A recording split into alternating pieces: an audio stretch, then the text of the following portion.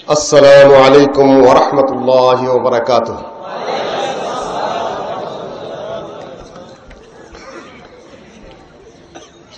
الحمد لله نحمده ونستعينه ونستغفره ونؤمن به ونتوكل عليه ونعوذ بالله من شرور أنفسنا ومن سيئات أعمالنا من يهده الله فلا مضل له ومن يضلل فلا هادي له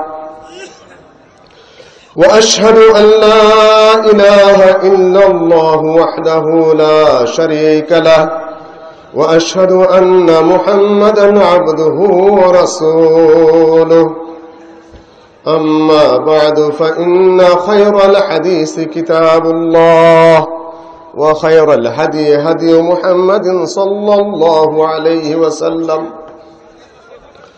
وشر الأمور محدثاتها وكل محدثة بدعة وكل بدعة ضلالة وكل ضلالة في النار. أما بعد فأعوذ بالله من الشيطان الرجيم. بسم الله الرحمن الرحيم. لا إكراه في الدين قد تبين الرشد من الغي فمن يكفر بالطاغوت ويؤمن بالله فقد استمسك بالعروة الوثقى لا انفصام لها والله سميع عليم.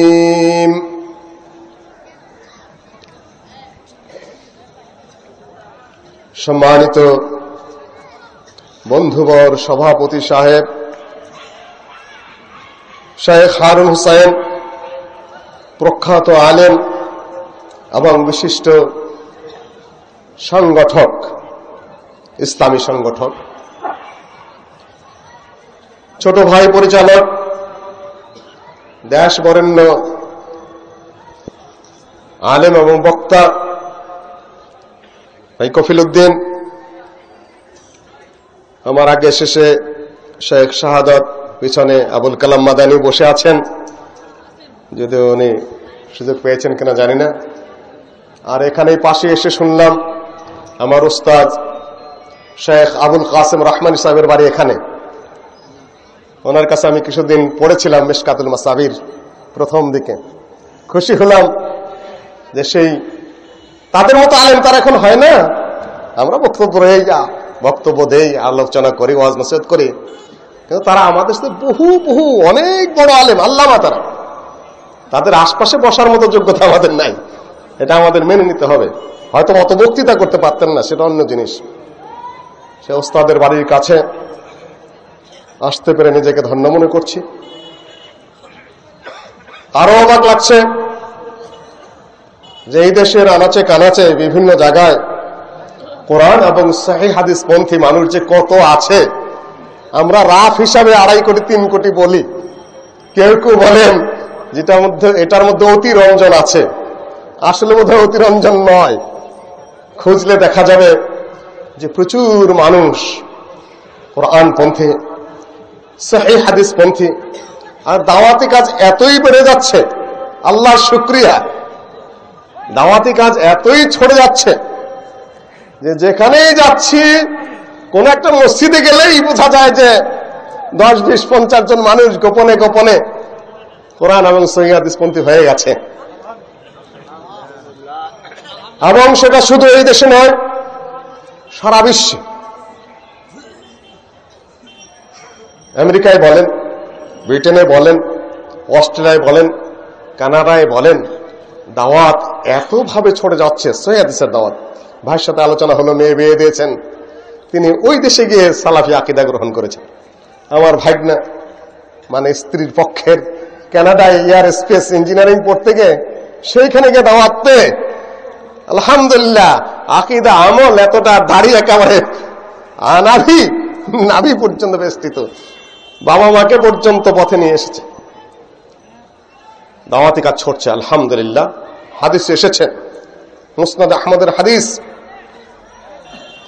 লা ইয়াবকা আলা যাহরিল আরদ বাইতু ওয়াবারিন ওয়ালা মাদারিন ইল্লা ওয়া আদখালাহু আল্লাহুল ইসলাম বিইজ্জি আজিজ ও বিযুল্লি দালিল। বিভিন্ন শব্দ আছে হাদিসটি। যেমন একদিন আসবে যেদিন পৃথিবীর কোন প্রান্তরে এমন একটা মাটির ঘর বা ইটের ঘর বা কোন ধরনের কুড়ে ঘর থাকবে না যেখানে ইসলামের দাওয়াত পৌঁছবে না। বিইজ্জি আজিজ, সম্মানিতকে সম্মান দিয়েই হোক, আর যে সম্মান পাওয়ার যোগ্য নয় তাকে বেইজ্জতি করেই হোক, ইসলামের দাওয়াত পৌঁছবেই। কিন্তু মাইকের আওয়াজটা বাইরে খুব বাড়ি লাগতেছে, বাইরে বোধহয় আওয়াজটা একটু কোনোভাবে এটাকে মিনিমাইজ করা যায় কিনা, বাইরে আওয়াজ খুব ঝটকা লাগতেছে আর কি। ইসলামের দাওয়াত পৌঁছবেই। আপনারা বহুভাবে আটকাতে চান, সাংস্কৃতিক বিপ্লবের মাধ্যমে আটকাতে চান, রাজনৈতিক ভাবে আটকাতে চান, আলেম ওলামাকে বিভিন্নভাবে আটকাতে চান, বহুভাবে আটকাতে চান, রেডিও টিভিতে বিভিন্ন ধরনের বক্তব্য দিয়ে আটকাতে চান। কিন্তু আটকে না, আতরের সুগন্ধি আপনি হাতের মধ্যে আটকাবেন কিভাবে? আঙ্গুলের ফাঁক দিয়ে ছড়ে যাবে, এটা আটকাতে পারবেন না, আটকানো যায় না। ভাই যেটা আলোচনা করেছেন যে আটকাইতে যাবেন আরো বেশি ছড়বে, আলহামদুলিল্লাহ ছড়ছে, বিস্তার লাভ করছে পৃথিবীর বুকে। আমার আজকের আলোচ্য বিষয় হলো, ভাইয়ের যা নির্ধারণ করেছেন তা হলো কোরআন ও সুন্নাহর আলোকে ঈমান ও সহিহ আকীদা। ধীর স্থির ভাবে আপনাদের বিষয়টি মাথায় নিয়ে যেতে হবে। কোরআন এবং সুন্নাহর আলোকে, এই জন্যই আমরা বলে থাকি কোরআন এবং হাদিসের আলোকে কোন ঈমান হতে পারে না? হতে পারে না? পারে। আর কোরআন এবং সুন্নাহর আলোক যদি না থাকে তাহলে কোন আকীদা হতে পারে? তাহলে কোন ঈমান হতে পারে? হাজার বছর আপনি বক্তৃতা করলেন, ওয়াজ করলেন, হাজার কথা বললেন, হাজার ফজিলতের বয়ান দিবেন, আগে হয়েছে সামনে হবে, কিন্তু যদি হাদিসে না থাকে, যদি কোরআনে না থাকে, সেই ফজিলতের কোন মূল্য আছে? প্রায় 150 কোটি মানুষ খ্রিস্টান, তাদের আকীদার ভিত্তি কি, ঈমানের ভিত্তি কি? কোরআন না হাদিস? 100 কোটিরও কম বেশি হিন্দু আছে ভারতে, তাদের আকীদার ভিত্তি কি? কোরআন না হাদিস? আমরা যারা মুসলমান নাম নিয়ে বসবাস করছি, আমাদের আকীদার পিছনে, আমাদের ঈমানী বিশ্বাসের পিছনে যদি কোরআনের দলিল এবং হাদিসের দলিল না থাকে তাহলে সেটা গ্রহণযোগ্য না? গ্রহণযোগ্য না। বিসমিল্লাহ।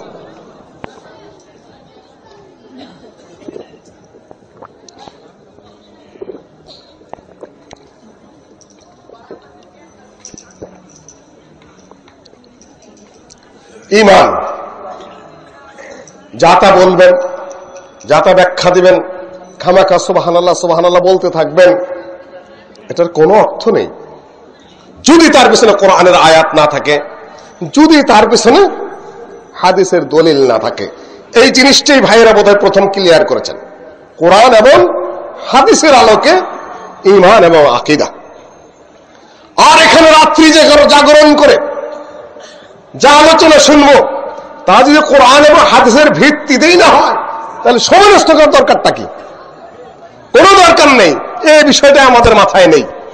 আশ্চর্য ব্যাপার, আমরা ওয়াজের নামে যা শুনি, ফজিলতের নামে যা শুনি, তার ভিত্তিটা কি? কোরআন না হাদিস? আশা করি আপনারা কোরআন এবং সহিহ হাদিসের উপর আলোচনা শোনার জন্য এসেছেন নাকি? ইনশাআল্লাহ। ঠান্ডা খুব বেশি না, চেপে চেপে বসেছেন, মাশাআল্লাহ, সুন্দর সামিয়ানা টানানো আছে, চমৎকার আবহাওয়া মনে হচ্ছে। ইনশাআল্লাহ আমার পরে যিনি আছেন, আমার আরেক বন্ধু অধ্যাপক আলমগীর হোসেন, যথেষ্ট কোরআনের আয়াত জানেন, প্রত্যেক কথার পিছনে কোরআনের আয়াত নিয়ে আসতে পারেন। আলহামদুলিল্লাহ, তিনি সুললিত কণ্ঠে আপনাদেরকে বিষয়বস্তুর উপরে আলোচনা শোনাবেন ইনশাআল্লাহ আজিজ। বিষয় হলো ঈমান এবং আকীদা। ইমান জিনিসটা কি? ইমান কি? ইমান মানে হলো বিশ্বাস। আকীদা মানে কি? আকীদা মানে কি? একটু আমার সাথে কথা বলতে হবে। কথা না বলে একসময় বিশ্ববিদ্যালয়ে শিক্ষকতা করেছি। কথার আদান প্রদান না হলে বক্তব্য কঠিন হয়ে পড়ে আমার জন্য। একটু আমার সাথে ভুল বললেও হা না কিছু বলবেন, না হলে আমার জন্য একটু জটিল। আকীদার অর্থ কি? আসুন। না, ইমান অর্থ বিশ্বাস, আকীদা অর্থ বিশ্বাস নয়। আকীদা অর্থ হলো আকাদা ইয়াকিদু, গিড়ো দেওয়া। গিটটা লাগে না, তাই না? রশিদে গিড়ো দিলেন, এটা না হলো আকাদা, মানে গিড়ো দেওয়া। আপনার মনের মধ্যে কিছু ধারণা, কিছু চিন্তা, কিছু ধ্যান, কিছু বিশ্বাস মনের মধ্যে শক্ত করে গেড়ো দিয়ে রেখেছেন, সেটার নাম কি? আকীদা। আর ঈমান মানে কি? বিশ্বাস, তাই না? আচ্ছা, আপনাদেরকে আমি জিজ্ঞাসা করি, বলেন তো আমার হাতের মধ্যে কি আছে? অনুমান করে বলেন কি থাকতে পারে? বলেন তো, রাত্রে বলেন, সময় নষ্ট করি। আতর। আরো কিছু আছে কারো বলেন? কেউ টাকা বলেন, টাকা বলছেন, ধন্যবাদ আপনাকে। আর কেউ বলতে পেরেছেন। কেউ বলেন খালি, কিন্তু আমি বললাম কি টিস্যু পেপার আছে। এখন বলেন তো কি আছে আমার হাতে? আপনারা কি বিশ্বাস করবেন এর টিস্যু পেপার? বিশ্বাস করবেন এর টিস্যু পেপার? এখানে বিশ্বাসের কোনো বিষয়ই নেই। এটা আপনি দেখতেছেন। এটা পাগলের বলে টিস্যু পেপার, ছাগলের বলে টিস্যু পেপার, বুদ্ধিমানের বলে টিস্যু পেপার, বুদ্ধিহীন বলবে টিস্যু পেপার, বড় বলবে টিস্যু পেপার, শিশু বলবে টিস্যু পেপার। কেননা এটা কি দেখা যাইতেছে। আর আগে যখন বলছেন তখন কি বন্ধ করে যদি বলতাম যে এটা টিস্যু পেপার, আপনারা বিশ্বাস করতেন কি করতেন না? কেউ করতেন, কেউ করতেন না। যারা আমাকে আগে থেকে চিনেই মনে করেন যে লোকটা খারাপ, লোকটা ভালো না, লোকটা এরকম সেরকম কথাবার্তা বলে, তারা বলার সাথে তো মিশা কথা কইতেই পারে। যারা অতি ভক্ত তারাই বলেন মুফতি হবে, অন্য কিছু হতেই পারে না, সাত কসম খায় বলবেন। কেন? ভক্তি করে, আমাকে শ্রদ্ধা করে, বিশ্বাস করে। মাঝামাঝিদের কথা অন্যরকম, তাই না? এটা আকীদা। আকীদা হলো কি? অদৃশ্য যা দেখা যায় না, সেইটার উপরে বিশ্বাস নাম হলো কি? আকীদা। সেটার নামে হলো ঈমান। যেটা দেখতেছেন ওটা দেখতেই পেতেছেন, ওটা হা করাও সে কথা, না করাও সেই কথা। আল্লাহকে দেখি আমরা বিশ্বাস করে কি করি না, এটা নাম হলো ঈমান। আর যদি দেখা যাইতো, সেটা আমরা দেখেই বলতেছি, সেটা ঈমানের বিষয় না, দেখেই বোঝা। তাহলে প্রথম ঈমান মানে হলো, আকীদা মানে হলো অদৃশ্যের উপরে দৃঢ় বিশ্বাস। আর যেটা অদৃশ্যের বিশ্বাস জটিল, সেটা দেখা জিনিসের সাথে বোঝা। আল্লাহকে বিশ্বাস করে দেখি নাই, কিন্তু এমন বিশ্বাসই করি তার জন্য জীবন দিতে প্রস্তুত, তার জন্য সম্পদ দিতে প্রস্তুত, তার জন্য এখানে এসে আপনি বসে আছি, তার জন্য শাহাদত বরণ করতে প্রস্তুত, নাকি তার দিদার লাভের জন্য আখিরাতে সকল কিছু ত্যাগ করতে কি প্রস্তুত, কিন্তু কোনদিনও দেখিনি। এটা নাম ঈমান। বিসমিল্লাহির রহমানির রহিম। আল্লাযীনা ইউমিনুনা বিল গায়ব, যারা কি করে? ঈমান আনে কিসের উপরে? গায়বের উপরে। আল্লাহ গায়েব না দেখতে পেতেছেন না? গায়েব আছেন তিনি, সেই আল্লাহর উপর বিশ্বাস। প্রথম বিশ্বাস কার উপরে? আল্লাহর উপর। আর সেই বিশ্বাসের কালেমাটা কি? লা ইলাহা ইল্লাল্লাহ, কালেমা তাওহীদ। কি জোরে বলেন? লা ইলাহা ইল্লাল্লাহ হলো কালেমা তাওহীদ। মুহাম্মদুর রাসূলুল্লাহ কিন্তু কালেমা তাওহীদের অংশ নয়, রিসালাতের কালেমা। অনেকে বলেন কালেমা তাইয়্যিবা হলো লা ইলাহা ইল্লাল্লাহ মুহাম্মাদুর রাসূলুল্লাহ। এটা বল, এটা কোন কিতাবেও নেই, এটা আমাদের প্রচলন। কালেমা তাইয়্যিবা এবং কালেমা তাওহীদ হলো কি? লা ইলাহা ইল্লাল্লাহ। এটি আজকে আমার আলোচ্য বিষয়, ঈমান এবং আকীদা। এমন একটা কালেমা যে কালেমা দুই একটা ফজিলত আপনার কাছে বলি। মুসা আলাইহিস সালাম আল্লাহকে বলেন, আল্লাহ আমাকে এমন একটা দোয়া শেখানো, এমন একটা জিকির শেখানো যাতে আমি তোমাকে ডাকতে পারি, তোমার কাছে প্রার্থনা করতে পারি, মোনাজাত করতে পারি।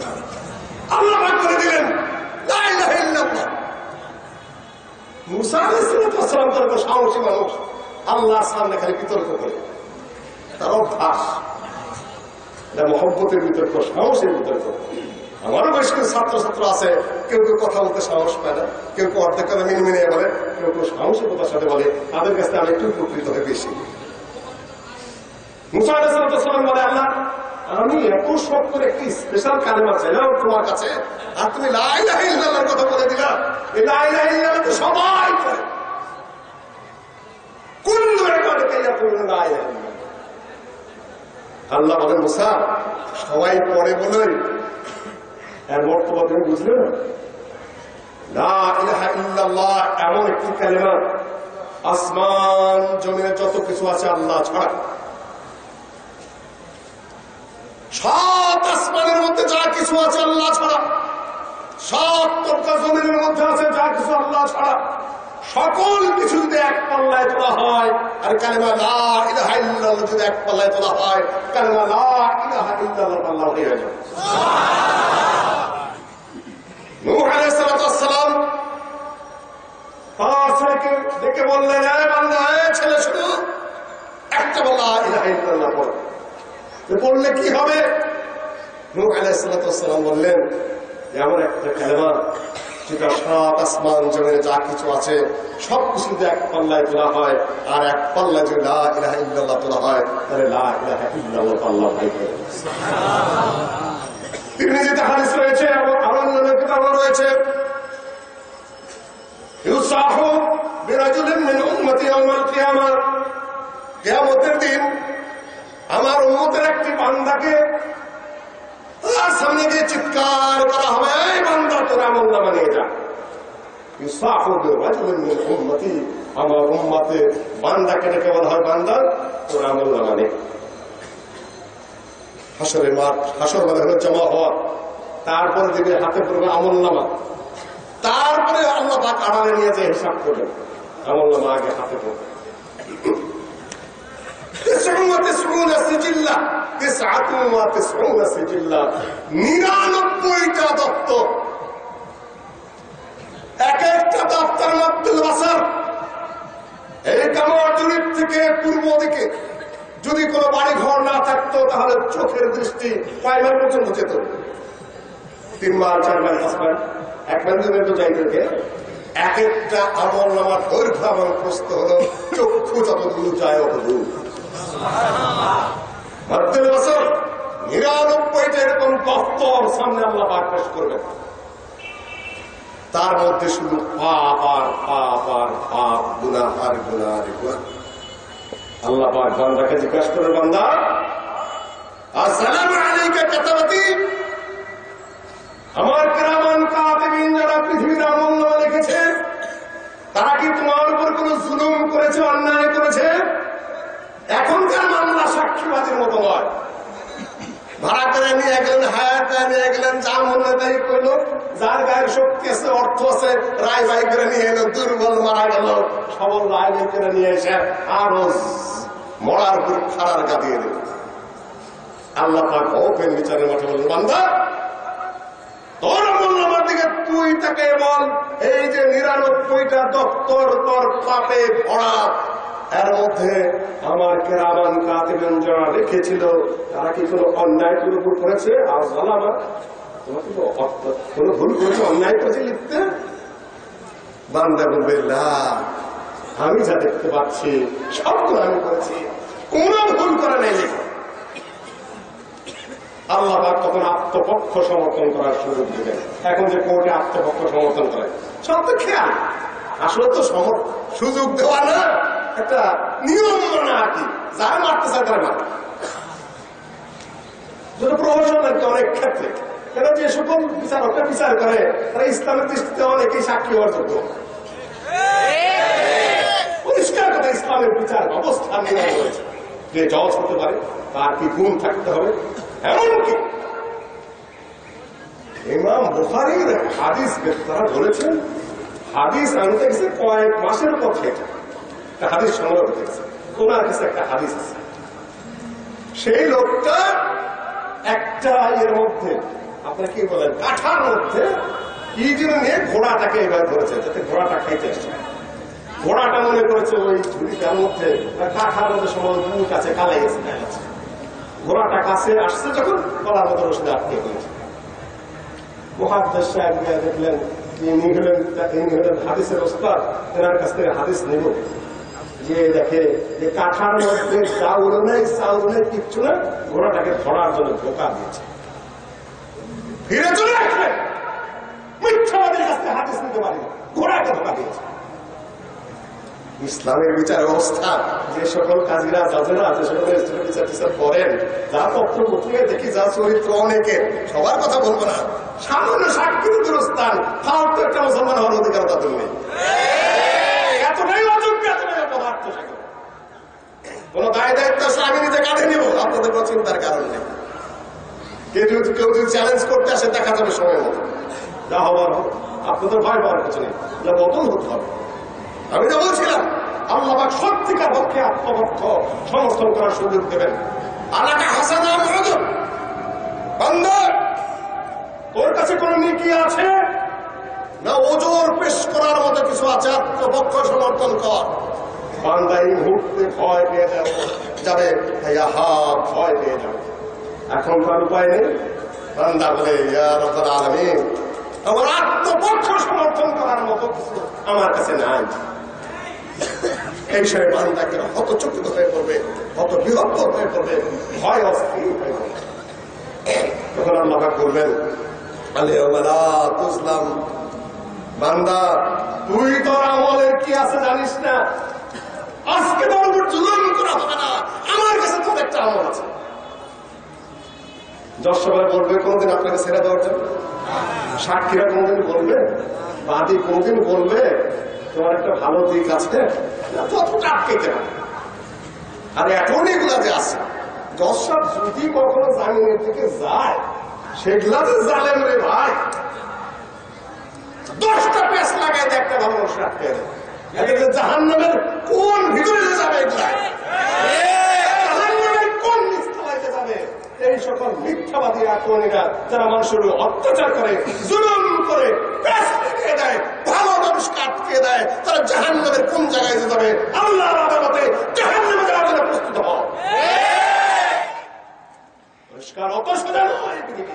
এই পৃথিবী আল্লাহ, তুমি ক্ষমতায় বসতে যা করে তাই করবে, আর আল্লাহ তোমাকে ছেড়ে দিবে।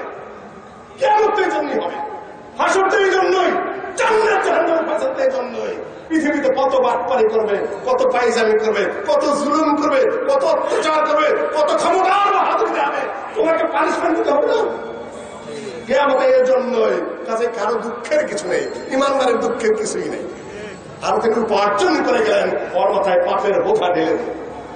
সম্মানিত ভাই বোনেরা, তখন আল্লাহ পাক বলবেন, বান্দা তুমি জানো না তোমার কি আছে, 99টা পাপের দফতর তোমার হয়ে গেছে, তোমার কোন গুনাহ নেকি নাই তুমি বলছো, কিন্তু একটা সওয়াব আমার কাছে হয়ে গেছে তোমার। আল্লাহ পাক তখন একটা বেতাকা বের করবে, একটা কার্ড বের করবে, সেটা হলো লা ইলাহা ইল্লাল্লাহ। বের করে বলবেন যে বান্দা তোর একটা কার্ড আমার কাছে আছে, একটা নেকি আমার কাছে আছে।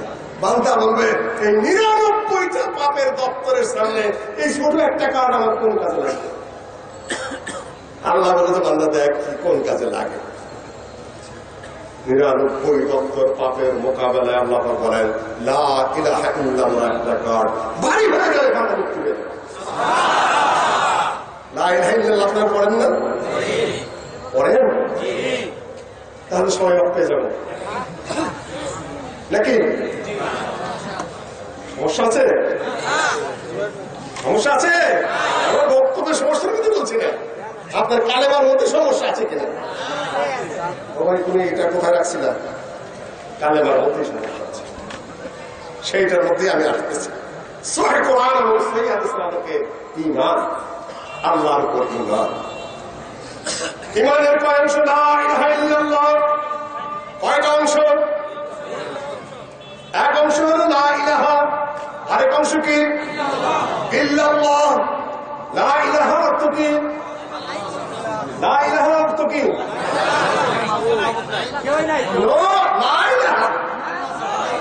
তুমি নাই নাই। আর ইল্লাল্লাহ একমাত্র আল্লাহ ছাড়া। লা ইলাহা, কোন মাবুদ নাই, কোন ইবাদত করার যোগ্য নাই। আর ইল্লাল্লাহ মানে কি?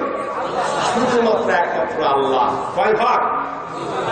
ফামান ইয়াকফুর বিত-তাগুত ওয়া ইউমিন বিল্লাহ ফাকাদ ইসতামসাকা বিল উরওয়াতিল উসকা লা ইনফিসামা লাহা।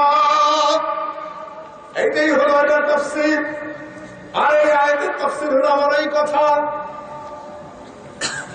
ফামান ইয়াকফুর বিত-তাগুত, যে ব্যক্তি কুফরি করবে কিসের সাথে? তাগুতের সাথে। তাগুত কি? কুল্লু মা ইউ'বাদু সিওয়াল্লাহ, আল্লাহ ছাড়া যার ইবাদত করা হোক, উপাসনা করা হোক, সে হলো কি তাগুত। আপনি মূর্তির ইবাদত করেন, আপনি জিনের ইবাদত করেন, আপনি ভূতের ইবাদত করেন, আপনি মানুষের ইবাদত করেন, পীরের ইবাদত করেন, ফকিরের ইবাদত করেন, ঠাকুরের ইবাদত করেন, কত কিছু, কাসিমের ইবাদত করেন, গজারের ইবাদত করেন, চন্দ্রের ইবাদত করেন, সূর্যের ইবাদত করেন, এগুলা আগে কি করতে হবে?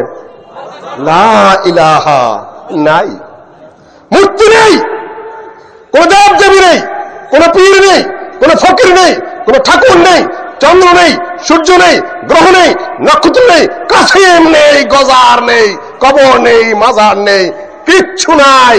কি ইবাদত পাওয়ার যোগ্য না এরা। একমাত্র কে আছে? আল্লাহ। এরই ফামা ইয়াকফুর বিত-তাগুত, আগে অস্বীকার করে নিতে হবে, তারপরে একজনকে স্বীকৃতি দিতে হবে। এইটা যদি করেন ফাকাদ ইসতামসাকা বিল উরওয়াতিল উসকা, তাহলে সে শক্ত করে ধরলো একটা উরওয়াকে। উরওয়া কাকে বলে? না না না, ওরওয়ার আসল অর্থ হলো আইনটা। এই ধরে এটা আইনটা, তাই না? আমি যদি পিছলা রডের মধ্যে ধরে আর আপনি টান দেন, থাকবে? ছুটে যাবে। আর আইনটার মধ্যে ধরে তাহলে যতই টানেন, আমার শক্তি আছে, হাত কাইটা যাবে, না হলে জিনিস ভাঙ্গা যাবে, সহজে ছুটাইতে পারবেন না। আগে যদি তাগুতকে অস্বীকার করেন, তারপর যদি আল্লাহর উপরে ঈমান আনেন, সেটা হবে কি ইসতামসাকা বিল উরওয়াতিল উসকা, তার সে শক্ত আইনটা ধরল, লা ইনফিসামা লাহা, এটাকে ছুটানো যাবে না। আপনি কবরও মানেন, আপনি পীরও মানেন, আপনি ফকিরও মানেন, আপনি ঠাকুরও মানেন, আপনি মূর্তিও মানেন, আপনি দেবদেবীও মানেন, চন্দ্রের ক্ষমতায় বিশ্বাস করেন, সূর্যের ক্ষমতায় বিশ্বাস করেন, কাসিমের ক্ষমতায় বিশ্বাস করেন, গজারের ক্ষমতায় বিশ্বাস করেন, তারপরে আবার বলেন লা ইলাহা ইল্লাল্লাহ, লা ইলাহা ইল্লাল্লাহ। ফসকে যাবে, ফসকে যাবে, এটা থাকবে না। এটা ইসলাম। আপনি যদি অন্য ধর্ম, অন্য দিনে বিশ্বাস করেন, আমার কিছু করার নেই, কিন্তু ইসলামের বিশ্বাস আগে অস্বীকার করে নিতে হবে। লাত নাই, মানাত নাই, ওজ্জা নাই, হবল নাই, কিচ্ছু মানি না, কারো ইবাদত করি না, কারোর মধ্যে ইবাদত পাওয়ার, উলুহিয়াত পাওয়ার কোন যোগ্যতা কারো কি নেই। প্রথম রিজেক্ট করতে হবে, প্রথম ডিনাই করতে হবে, তারপরে আপনাকে অ্যাকসেপ্ট করতে হবে। এটার নাম কি? এটা হলো লা ইলাহা। কবরের মধ্যে বৈশা আছে, বৈশা বৈশাখে লা ইলাহা ইল্লাল্লাহ, লা ইলাহা ইল্লাল্লাহ। লা ইলাহা ইল্লাল্লাহ মানে কি রে বাবা? লা ইলাহা ইল্লাল্লাহ মানে কি? লা ইলাহা ইল্লাল্লাহ, এটা হলো তাওহীদ। তাওহীদ অর্থ কি ভাই? বাদ নয়, বাদ মানুষের বানানো। বাদ হলো কি? ইজম। বাদ হলো মতবাদ। আল্লাহ এক এবং একক, এটা কি মতবাদ? দেখুন, আমি সহজ ভাবে আপনাদেরকে বুঝাই, কেউ আবার কোন দলের পক্ষে বিপক্ষে নিয়েন না। আমাদের একটা সংবিধান আছে দেশে, তাই না? কততম সংশোধন চলতেছে? 15তম সংশোধন চলতেছে। তার মধ্যে এইবারে 50 কিংবা 50 জায়গায় সংশোধন করা হয়েছে। আর ব্যাখ্যা, তারা এত ব্যাখ্যা করতেছে, আমি টকশোগুলা দেখি, একজন করতেছে হ্যাঁ এইটা ঠিক, একজন করছে ওইটা ঠিক, ওইটা ঠিক না, এইটা ঠিক না। কালকে দেখলাম 2 বড় বড় অ্যাডভোকেট এসেছেন, সুরঞ্জিত সেন গুপ্তা একদিকে, আরেকদিকে ব্যারিস্টার রফিকুল হক সাহেব। এখন যে শপথ নেওয়া হইতেছে, এখন ক্ষমতায় কবে থেকে পাবেন এমপি সাহেবেরা? 24 তারিখের পরের থেকে না এখনই পাবেন? সুরঞ্জিত বাবু ওই সংবিধানের গাইটা কিনা বুঝাইতেছেন না, ক্ষমতায় এখন থেকেই বসতে পারবেন, এবং শপথ নেওয়ার সাথে সাথে বাকিদের এমপি তো যারা আগে ছিল তাদের শেষ হয়ে গেছে। আর রফিকুল হক সাহেব বলতেছেন অ্যাবাউট আছে শব্দ, অলরেডি নাই, অর্থাৎ সে যাবে সামনে, গেছে, এটা না সংবিধানের ভাষায়। সুরঞ্জিত বাবু বলছেন না, এইটার অর্থ হইলে ক্ষমতায় চলে যাওয়া। রফিকুল হক সাহেব বলতেছেন যে অলরেডি শব্দ যদি থাকতো এখানে, তাহলে তাদের ক্ষমতা চলে গেছে, নতুন ক্ষমতায় বসেছে। যেহেতু অ্যাবাউট আছে, সুতরাং শপথের মাধ্যমে তারা যোগ্য বলে বিবেচিত হলেন, 24 তারিখের পরে তারা বসবে। উকিলরা, আইনবিদরা ব্যাখ্যা দিয়ে কুলাইতে পারতেছেন না, কত যে কি ঘটে, তাই না? এগুলো হল মতবাদ, মানুষের মতবাদ। যে যেভাবে সুযোগ পায়, যার ক্ষমতা আছে, নিজের ক্ষমতা পাকাপোক্ত করার জন্য, আরো দীর্ঘস্থায়ী করার জন্য, যে যখন ক্ষমতায় থাকে তার ভাব মতো সাজায়, পাবলিকের উপর চাপিয়ে দেয়। কিন্তু মানুষের মতবাদ। শুধু এই সরকার মতো না, আগের সরকার একই অবস্থা। তত্ত্বাবধায়ক সরকার আসবে, বিচারপতিদের বয়স বাড়াও, তারপর না তো যিনি প্রেসিডেন্ট তিনি তত্ত্বাবধায়কের প্রধান, তারপর ক্ষমতা নেমে গিয়েছিলেন। এটা ভালো বিষয় ছিল, দেশে শান্তি স্থাপিত হয়েছিল। এটা হলো মানুষের মতবাদ, মানুষের চিন্তা, মানুষ যেভাবে বোঝে। লেনিনবাদ, স্টালিনবাদ, তারপরে মাওবাদ, পৃথিবীতে মতবাদ। মতবাদ আসে, মতবাদ যায়। আবার যদি সরকার পরিবর্তন হয়, তাদের ভাবমতো এই সংবিধানকে আবার পরিবর্তন করে নেবে। মানুষের মতবাদ, মানুষের বানানো কালেমা, মানুষের বানানো কথা নিজেদের ভাব মতো 1000 বার পরিবর্তন করবে, আর 1000 বার পবিত্রতা ঘোষণা দেবে, নিজেরাই বানাবে, আবার নিজেরাই পদদলিত করবে। এটা হলো মতবাদ, মানুষের বানানো বিষয়। কিন্তু তাওহীদ, আল্লাহ এক এবং একক, এটা কি মানুষের বানানো মতবাদ? আজকে আল্লাহ একজন, কাল দুইজন হবেন? আগে একজন ছিলেন, এখন 3 জন হয়েছেন? No, never. কাজে এটা তাওহীদের অর্থ একত্ববাদ নয়।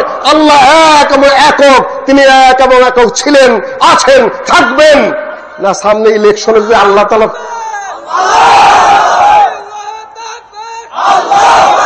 লাগে না, লাগে না, এইখানে এইখানে এইখানে এইখানে এইখানে মাথার মধ্যে ঢুকান। তিনি এক এবং একক ছিলেন, আছেন, থাকবেন না। 5 বছর পরে আবার নির্বাচন হবে, নির্বাচনের মধ্যে সংবিধানে পাশ করা হবে, আল্লাহর একজন থাকতে পারবে না, 2 জন হবে। তখন কি 2 জন? কিছুই না, মানুষের কিচ্ছু যায় আসে না।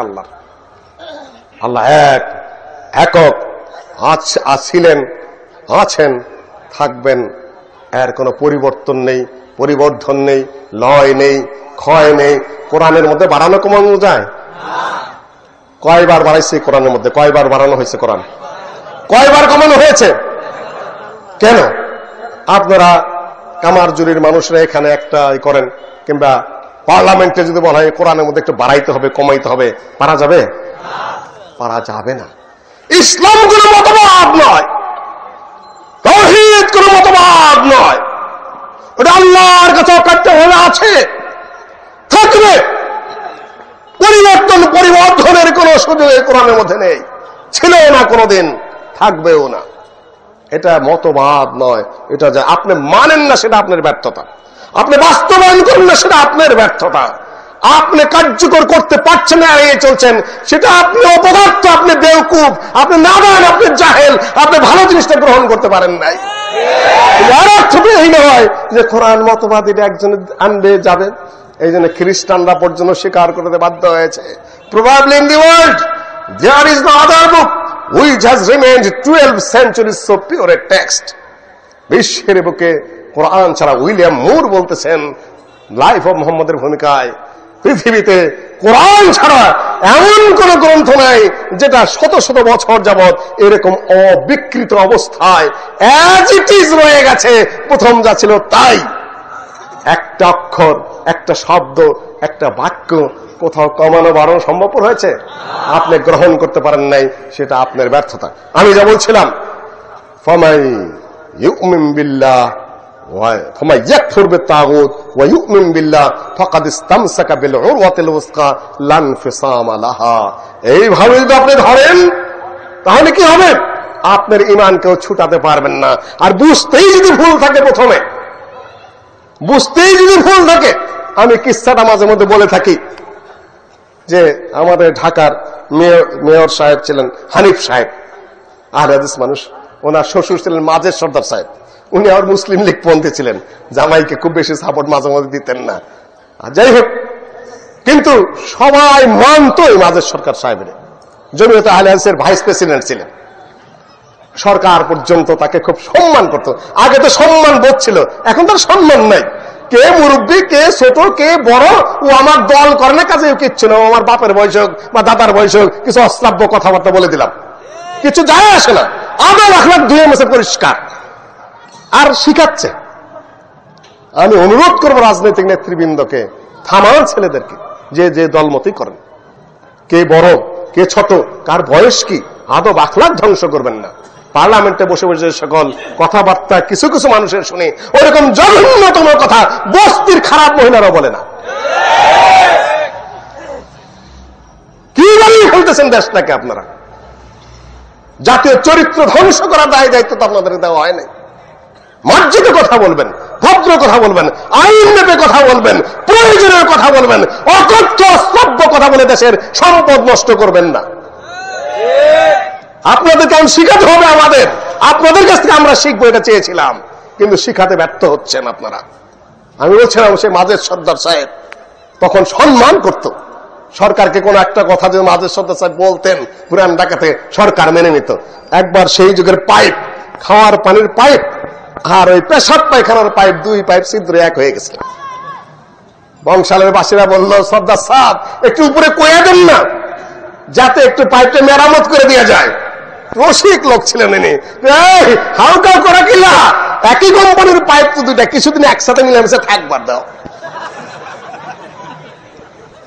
তো ভাইও, শিরকের সাথে তাওহীদ, কুফরির সাথে ঈমান দুটো একসাথে চলতে পারে না। আগে একটাকে নট করে তারপর একটাকে কি ইয়েস করতে হবে। আল্লাহকে মানে না, সৃষ্টিকর্তাকে মানে না, এমন লোক আছে? আছে। নাস্তিক যারা কিছু সংখ্যক আছে, তারা আল্লাহকেই মানে না, অস্তিত্বই স্বীকার করে না তার। পৃথিবী এমনিতেই হয়েছে, স্পন্টেনিয়াস অরিজিন, কসমিক অরিজিন, এমনিতেই হয়েছে, এমনিতেই সৃষ্টি হয়েছে।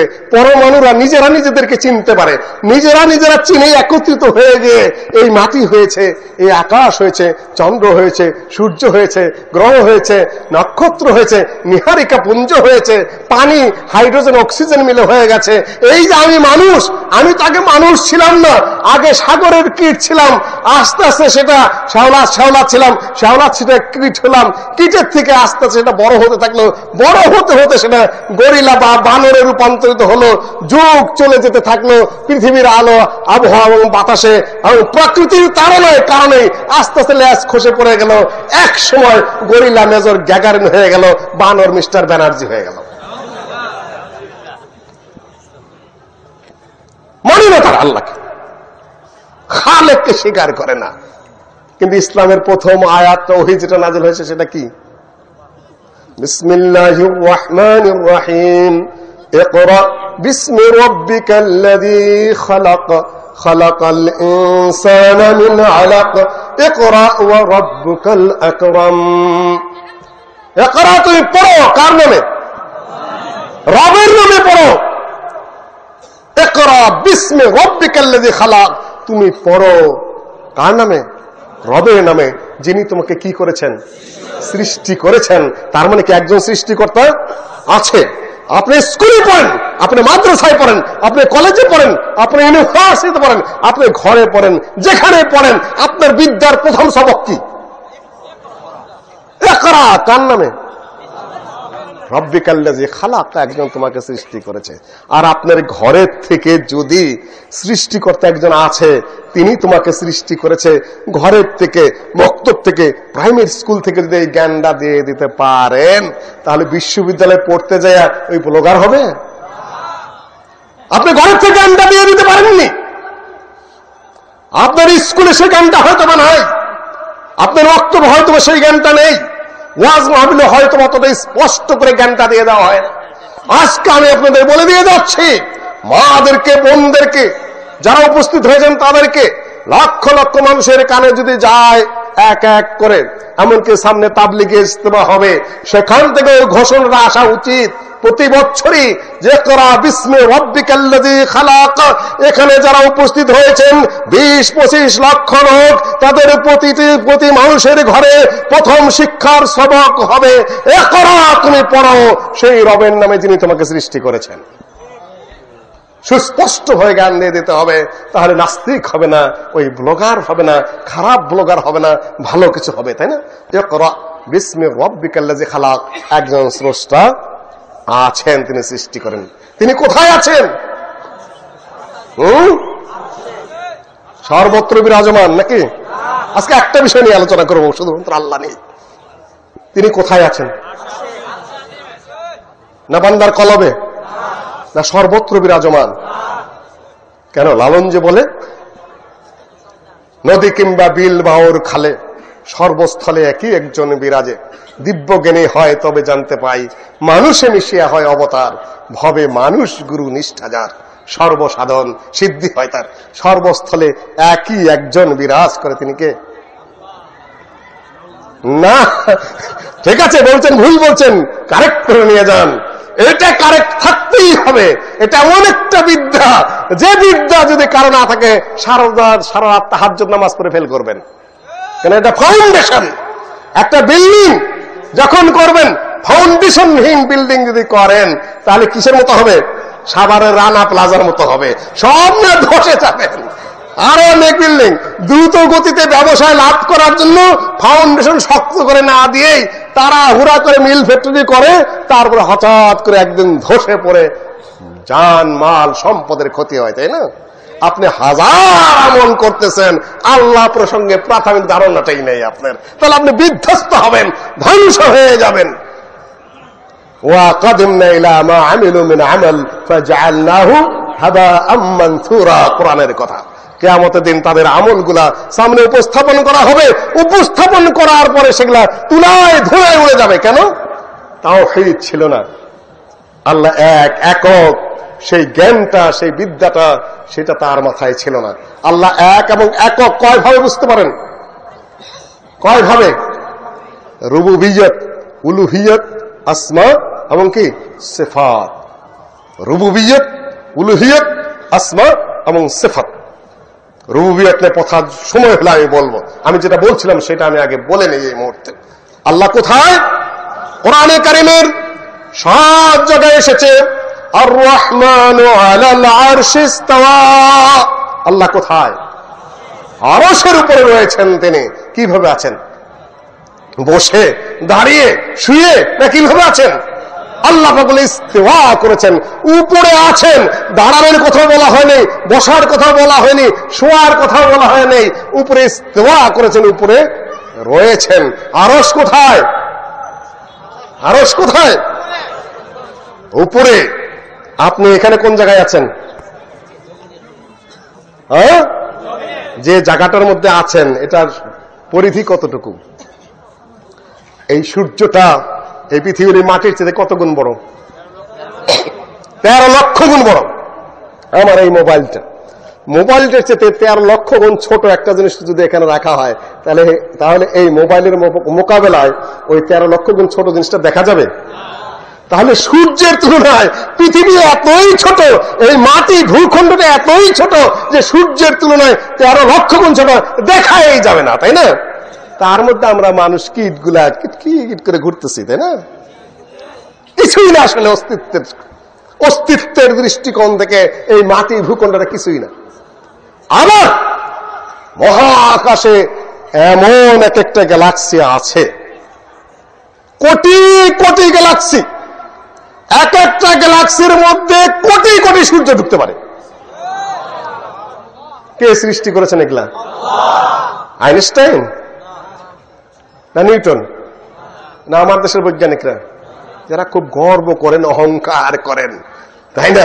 গর্বে অহংকারের ঠেলা কি? এক রোগ বুঝলে আরেক রোগ বোঝে না স্পেশালিস্ট। পেটের রোগ বুঝলে নাকের রোগ বোঝে না, নাকের রোগ বুঝলে মাথার রোগ বোঝে না, ডায়াবেটিস বুঝলে ব্লাড প্রেশার বোঝে না। খালি স্পেশালিস্ট আর স্পেশালিস্ট, আর দেখা গেল অজ্ঞ আরোগ্য।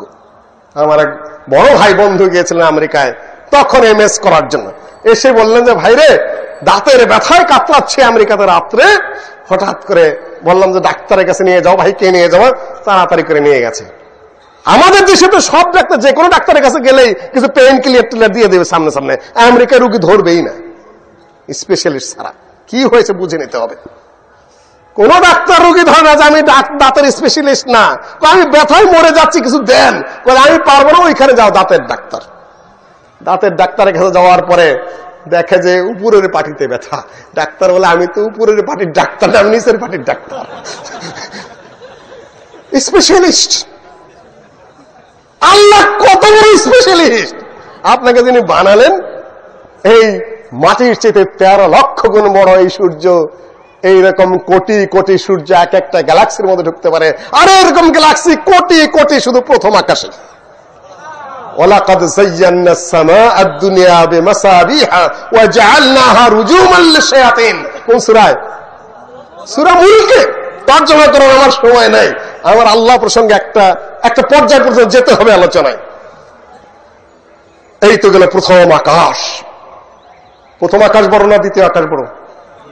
এই মাটির থেকে আকাশের দূরত্ব কত বছর? 500 বছর। ঘোড়ার না গাধার না কচ্ছপের। যে পরিমাণ গতি মানুষ কল্পনাও করতে পারে না তার উপরে, সোজা কথা ধরে নিন। আর আকাশের ব্যাস কতটুকু? একটা আকাশের 500 বছরের রাস্তা। ঘোড়ার না গাধার বলা হয় নাই। সবচেয়ে জোরে চললে যে জোরের কল্পনা আমরা করতে পারি না, মঙ্গল গ্রহ থেকে এই মাটি পর্যন্ত, এই ভূখণ্ড পর্যন্ত আলো আসতে 40 বছর লাগে। আর আলোর গতি কত সেকেন্ডে? 1,86,000 মান। আসতে লাগে 40 বছর খালি মঙ্গল গ্রহ থেকে। তাহলে দূরত্ব কত? সোজা কল্পনা করেন। আমি অঙ্ক বিজ্ঞানের ছাত্র নই, আপনি হিসাব করেন বাইতে মিলাইতেই পারবেন না। আলোর বর্ষ আছে, শব্দের বর্ষ আছে, এগুলা মিলিয়েছেন তারা। প্রথম আকাশ, দ্বিতীয় 7 আকাশের উপরে চলে গেলেন। 7 আকাশের উপরে কি? না না, কুরসি। কুরসি ওয়াসি'a কুরসিয়ুস সামাওয়াতি ওয়াল আরদ। আল্লাহর কুরসি আসমান এবং জমিন ব্যাপৃত রয়েছে। কুরসি অর্থ কি?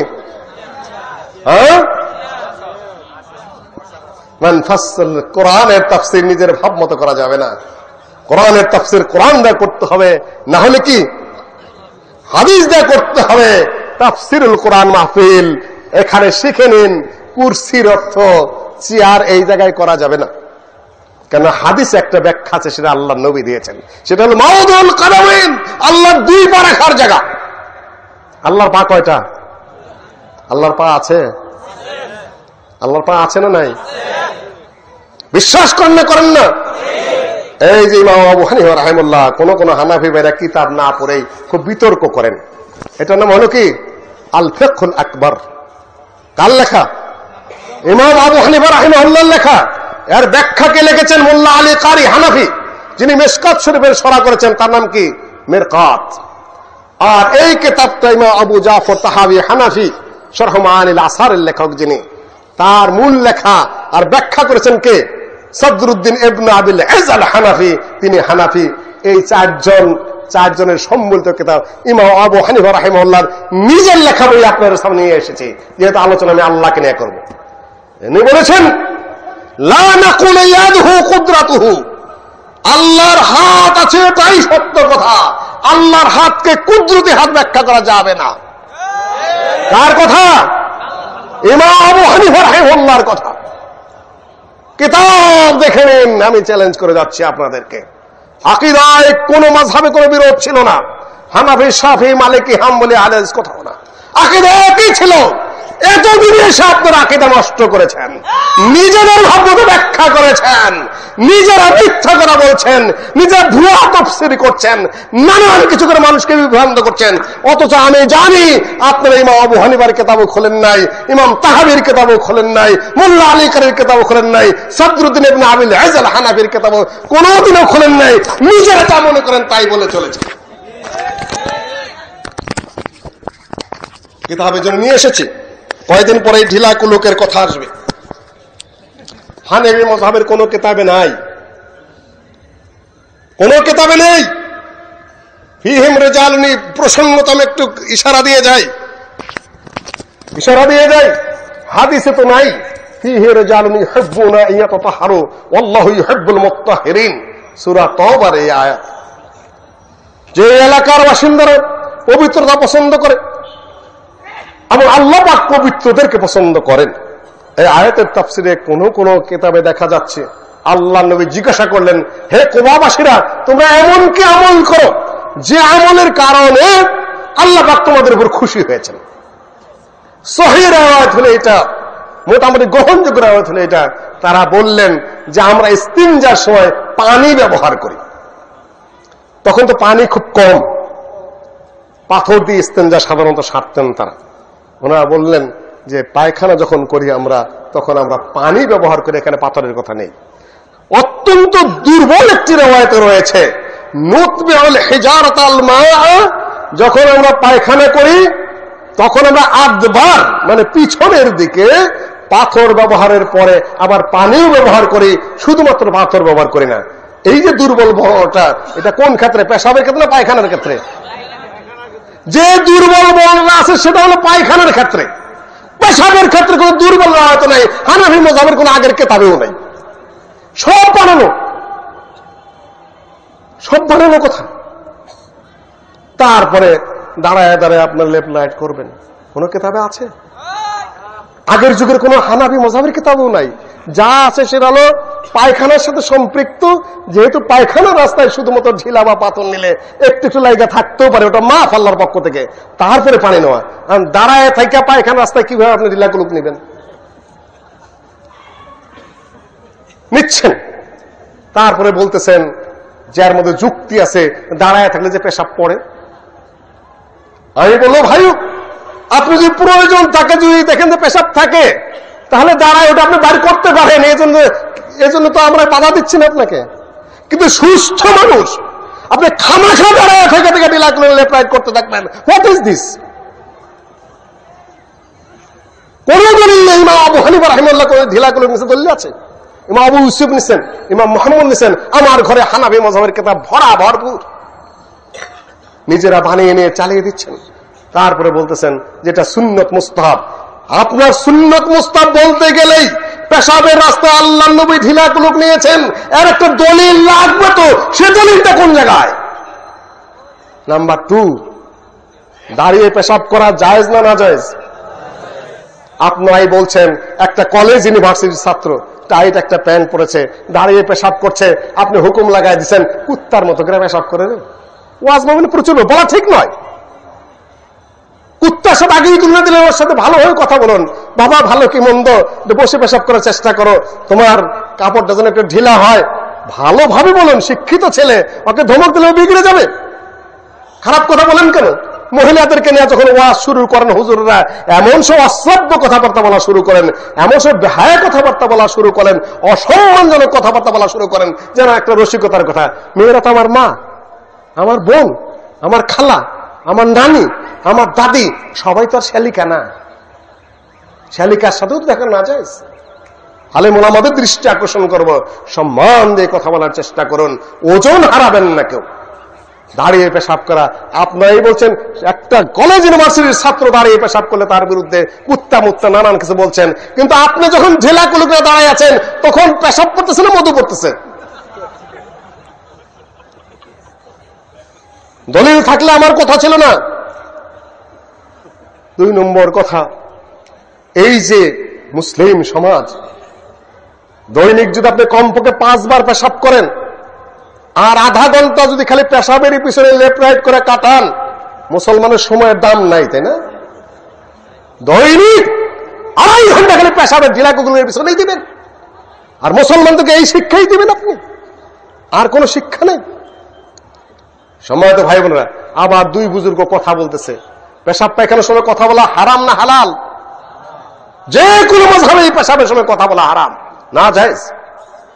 কথা বলতেছেন আবার আপনারা দুইজনে মিলে। এই যে ওয়াসওয়াসা কোন পর্যন্ত চলে গেছে, এগুলা মাযহাবে নেই, এগুলা কোনো কিতাবে নেই। পেশাবের সাথে ঢেলাগুলোকের কথা কোথাও নেই। আদবারের কথা বলা হয়েছে, পায়খানা রাস্তায় যদি পায়খানা লেগে থাকে ওইখানে কারো প্রয়োজন পড়লে করতে পারে। আর কেউ যদি অসুস্থ থাকে সত্যিকার পক্ষে, যদি দাঁড়াইলেই কাপড়টা ভিজে যাবে, তার জন্য স্বতন্ত্র ব্যাপার, এটা সুন্নত মুস্তাহাব নয়, এটা হলো রোগের চিকিৎসা। 3 নম্বর বলবেন যে পেশাব যে পড়ে, সারা পৃথিবীর 4 ভাগের কয় ভাগ পানি? 4 ভাগের 3 ভাগ পানি। আর এই দেহের মধ্যে কয় ভাগ পানি? 4 ভাগের 3 ভাগ পানি। আল্লাহ পাক বলেন ওয়াজআলনা মিনাল মা'i কুল্লা শাইইন হাই, আমি পৃথিবীর সকল কিছুকে জীবিত রাখি পানি দ্বারা। সারা পৃথিবীর 4 ভাগের 3 ভাগ পানি। আর এই বডির মধ্যে আল্লাহ পাক কয় ভাগ পানি দিয়েছেন? 4 ভাগের 3 ভাগ পানি, কম ও বেশি। আগের যুগে বলা হতো যে কার্তিক মাস যদি বাঁচি তাহলে বাঁচবো, তার মানে খুব কলেরা হতো কার্তিক মাসে। আর ডাক্তারও বলে দিত কিচ্ছু মুখে দেওয়া যাবে না, না খাওয়া রাখতে হবে, রোগী পটল দুধ। এখন চিকিৎসা বিজ্ঞান বেরিয়েছে যে বেরিয়ে যায় পানি, পানি সাপ্লাই দিতে হবে, স্যালাইন গুলে গুলে খাও, না হলে কি রগের মধ্যে কি লবণ পানি চালান দাও, পানি টানতে থাকবে, ওদিক থেকে পড়বে ওদিক থেকে ঢুকবে, তাই না? শরীরে কয় ভাগ পানি? 4 ভাগের 3 ভাগ পানি। আপনি বলতেছেন যে যতক্ষণ ঢিলা কুলুক নেই পেশাব যে পরে, শরীরের 4 ভাগের 3 ভাগ পানি, কুত্তেই থাকবেন মুততেই থাকবেন, না করে ঠাকাবে কারা? পানি তো আছে, বৈজ্ঞানিক ভিত্তিও নেই এটার। কারো দরকার পড়লে করবেন, অদরকারে বদভ্যাস করে নেবেন না। কেন অভ্যাস যেটা কোন অভ্যাস মানুষের দাস, ঢিলা কুলুকের অভ্যাস যদি আপনি করতে থাকেন, ওইটা খালি কুত্তেই থাকবেন, অসুস্থ হয়ে পড়বেন, রোগী হয়ে যাবেন। কোন সুস্থ মানুষ নিজেকে অসুস্থ করতে যাবেন না, এগুলো সুন্নতের কিছুই নেই। কেউ রাগ করবেন না, আপনারা কিতাবটা ঘেটে দেখেন, বহুত কিছু আছে। আমি প্রসঙ্গ বহু দূরে নিয়ে গিয়েছিলাম ইমাম আবু হানিফা রাহিমাহুল্লাহর কথা। আল্লাহর হাত যেভাবে আছে সেভাবেই বলতে হবে। ওয়ালা নাকুলু ইয়াদুহু কুদরাতুহু, কোন অবস্থাতেই বলা যাবে না যে আল্লাহর হাত, আল্লাহর কুদরত। ফানাকুনু মিনাল জাহমিয়া, আমরা জাহমিয়া হয়ে যাব, মুতাজিলা হয়ে যাব, বাতিল ফিরকার অন্তর্গত হয়ে যাবে। আপনি ওয়াজ ভাবিলে আসেই বলা শুরু করেন কুদরতি হাত, কুদরতি পা, এগুলো পাইলেন কোথায়? কোরআনেও নেই, হাদিসেও নেই, আমাদের আইম্মায়ে কেরামেরা বলেন নেই। ইমাম আবু হানিফা রাহিমাহুল্লাহ আমাদের ইমাম, শুধু আপনাদের ইমাম না, তিনি আমাদের ইমাম। আপনারা আলাদা করে নিয়েছেন, নেতা ভাগ করে নিয়েছেন, কে কার নাম নিয়ে খাইতে পারেন, মারামারি গুতাগুতি করতে পারেন। আমরা ইমাম ভাগ করে নিছি, আমরা এই ইমামের শাগরিদ, ওনারা ওই ইমামের শাগরিদ। আসলে আমরা সব ইমামকেই শ্রদ্ধা করি। 4 ইমাম, 4 শিক্ষিতে 1 টাকা। যিনি একজনকে মারলেন তিনি কয় শিক্ষি মারলেন? এইখানে আপনি সিগন্যাল আছে তাই না, লাল বাতি জ্বলে, সবুজ বাতি জ্বলে, একসাথে 4টা সবুজ বাতি জ্বালায় দিলেন, কি হবে? একসাথে 4টা সবুজ বাতি জ্বালায় দিলেন, কি হবে? অ্যাক্সিডেন্ট হবে। 4 মাযহাবে এক হাতে হক কারাদের রাস্তায় ছেড়ে দিলেন, যেটা কোরআন হাদিসের অনুকূলে। এইটাই ইমাম আবু হানিফা রাহিমাহুল্লাহ বলেছেন, ইদা সাহাল হাদিস ফাহুয়া মাযহাবি, হাদিস যদি সহিহ হয় সেটাই আমার মাযহাব। আপনি যদি সহিহ হাদিসের উপর আমল করেন, পাওয়া যাওয়ার সাথে সাথে হাদিসের উপর আমল হলো, ইমাম আবু হানিফা রাহিমাহুল্লাহর নির্দেশের উপর আমল হলো একই সাথে। কিন্তু বাধা দেননি আমাদেরকে। সম্মানিত ভাই বোনেরা, ইমাম আবু হানিফা রাহিমাহুল্লাহ বলেছেন লা নাকুলু ইয়াদুহু কুদরাতুহু, কুদরতে হাত বলা যাবে না। তার হাত কেমন? আল্লাহর হাত কেমন? লাইসা কামিসলিহি শাই ওয়া হুয়াস সামিউল বাসীর, আল্লাহর মতো কেউ নেই, তিনি শোনেনও দেখেনও। তার দেখা কি আমার দেখার মতো? তার শোনা আমার শোনার মতো? আল্লাহর হাত আমার হাতের মতো? নাউযুবিল্লাহ মিন যালিক, তার মতো কেউ নাই। লাইসা কামিসলিহি শাই ওয়া হুয়াস সামিউল বাসীর। আপনারা গরুর পা দেখেছেন? গরুর পা দেখেছেন কেমন? গরুর পা কেমন? কয় আঙ্গুল আছে গরুর পায়ে? আঙ্গুল নাই, মাঝখানে কি ফাটা। ঘোড়ার পা দেখেছেন? ঘোড়ার পায়ে কয় আঙ্গুল? মাঝখানে ফাটা আছে? নাই। মানুষের পা দেখেছেন? কয় আঙ্গুল? 3টাই পা নাকি? 3টার মধ্যে কোনো মিল আছে? আপনারা মহিষের শিং দেখেছেন? গরুর শিং দেখেছেন? হরিণের শিং দেখেছেন? 3টার মধ্যে কেমন মিল? যে কোনোদিন হরিণের শিং দেখেন নাই, তার সামনে হরিণের শিং এনে যদি দেখানো হয়, সে তো শিং বুঝতেই পারবে না, সে বলবে গাছের ডাল মাত্র। কিন্তু 3টাই শিং। আল্লাহর হাত আছে, পা আছে, আল্লাহ যেমন তেমন, তার সাথে আমার কোনো সম্পর্ক নেই। আপনি তাকে কুদরতি করতে যাচ্ছেন কেন? আল্লাহ কি নিজেই কুদরতি নাকি? আল্লাহ নিজের অস্তিত্ব আছে, সেখানে কুদরত ব্যবহারের প্রয়োজন নেই। তার হাতের ক্ষেত্রে কুদরত ব্যবহারের প্রয়োজন নেই, তার পায়ের ক্ষেত্রে কুদরত ব্যবহারের প্রয়োজন নেই। তিনি যেমন কামা ইয়ালিকু বিজালালিহি, তার জন্য যেটা শোভনীয় তিনি কি এমন। আমি বলছি যে তাফসিরুল কোরআন মাহফিল আপনারা যে ওয়াসিআ কুরসিহুস সামাওয়াতি ওয়াল আরদ, কুরসি অর্থ যে সিয়ার তাফসীর করেন সেটা কি হবে? যদি আপনি নিজের মন গড়া তাফসীর করেন সেটা সত্য হয়, তারপর সেটা বলে মিথ্যা। আপনি জানতে হবে আগে আল্লাহ নবী বলেছেন মাউদিউল কাদামাইন, কুরসি হলো আল্লাহর দুই পা রাখার জায়গা। পা কেমন আমি জানি না, কুরসি কতটুকু? কুরসি কতটুকু? 7 আসমান জমিনে যা কিছু আছে, আরশ বাদে এই মাটি আকাশ সকল কিছু এই গ্যালাক্সি সহ যদি কুরসির মধ্যে রাখা হয়, তাহলে মনে হবে কি একটা বড় একটা ঢালের মধ্যে যেন একটা 4 আনা বা 8 আনা পয়সা রেখেছে। সকল কিছু, চন্দ্র সূর্য গ্রহ নক্ষত্র নিহারিকা পুঞ্জ গ্যালাক্সি মাটি সাগর পাহাড় আপনি জীব জন্তু সব কিছু 7 আকাশ মিলা যদি এই কুরসির উপরে রাখেন, মনে হবে বিশাল একটা ঢালের মধ্যে, অন্যরা হইতেছে বিশাল মরুভূমির মধ্যে যদি একটা পয়সা রাখেন যতটুকু দেখা যাবে অতটুকু দেখা যাবে। তাহলে আল্লাহর কুরসি কত বড়? কুরসির উপরে কি আছে? নো পানি। ওয়াকান আরশু আলাল মা। জানেন আজকে শুধু আল্লাহ নিয়ে আলোচনা করবো, আর কোনো দিকে আমি যাবো না, যেতে পারবো না। ওয়াকান আরশু আলাল মা, কুরসির উপরে সাগর কিভাবে স্থাপিত জানি না, সেটা আল্লাহই ভালো জানেন। আজকাল কম্পিউটারে এত গেম এত কিছু যে তার কিছু নিজেরা কিছুই বুঝি না, তাই না? কম্পিউটারের মধ্যে বাড়ি ঘর বানিয়ে দিতেছে, কম্পিউটারের মধ্যে কত কিছু আবিষ্কার করতেছে, কত কিছু যোগ করতেছে, একজনের কণ্ঠ আরেকজনের সাথে লাগায় দেয়, কত কিছু কেলেঙ্কারি হইতেছে, তাই না? আল্লাহর মহাজগতে আল্লাহ কি করেন, কুন ফায়াকুন বলে, তাতে আমার আপনার বোঝার তো সম্ভবপর না। যা আছে সে আগেই যে বলেছে বিশ্বাস, অদৃশ্য জগতের কথা আল্লাহ বলেছেন কি করি? বিশ্বাস করি। তার উপর কি? তার উপরে আরশ। এই কুরসি সহ সকল কিছু যদি আরশের উপর রাখা হয়, তাহলে কতটুকু মনে হবে? বিরাট একটা মরুভূমির মধ্যে মনে হবে কি একটা পয়সা রাখা হয়েছে, তার উপর আল্লাহ সেখান থেকে তিনি সকল কিছু পর্যবেক্ষণ করেন। আপনি কি আল্লাহর পর্যবেক্ষণের বাইরে না ভিতরে? আপনাকে দেখতেছেন আল্লাহ, আপনার দেখতেছেন না? আপনার আমল হিসাবে নিচ্ছেন কি নিচ্ছেন না? সকল কিছু পরিচালনা কে করেন? এটার নামে হলো রুবুবিয়্যত।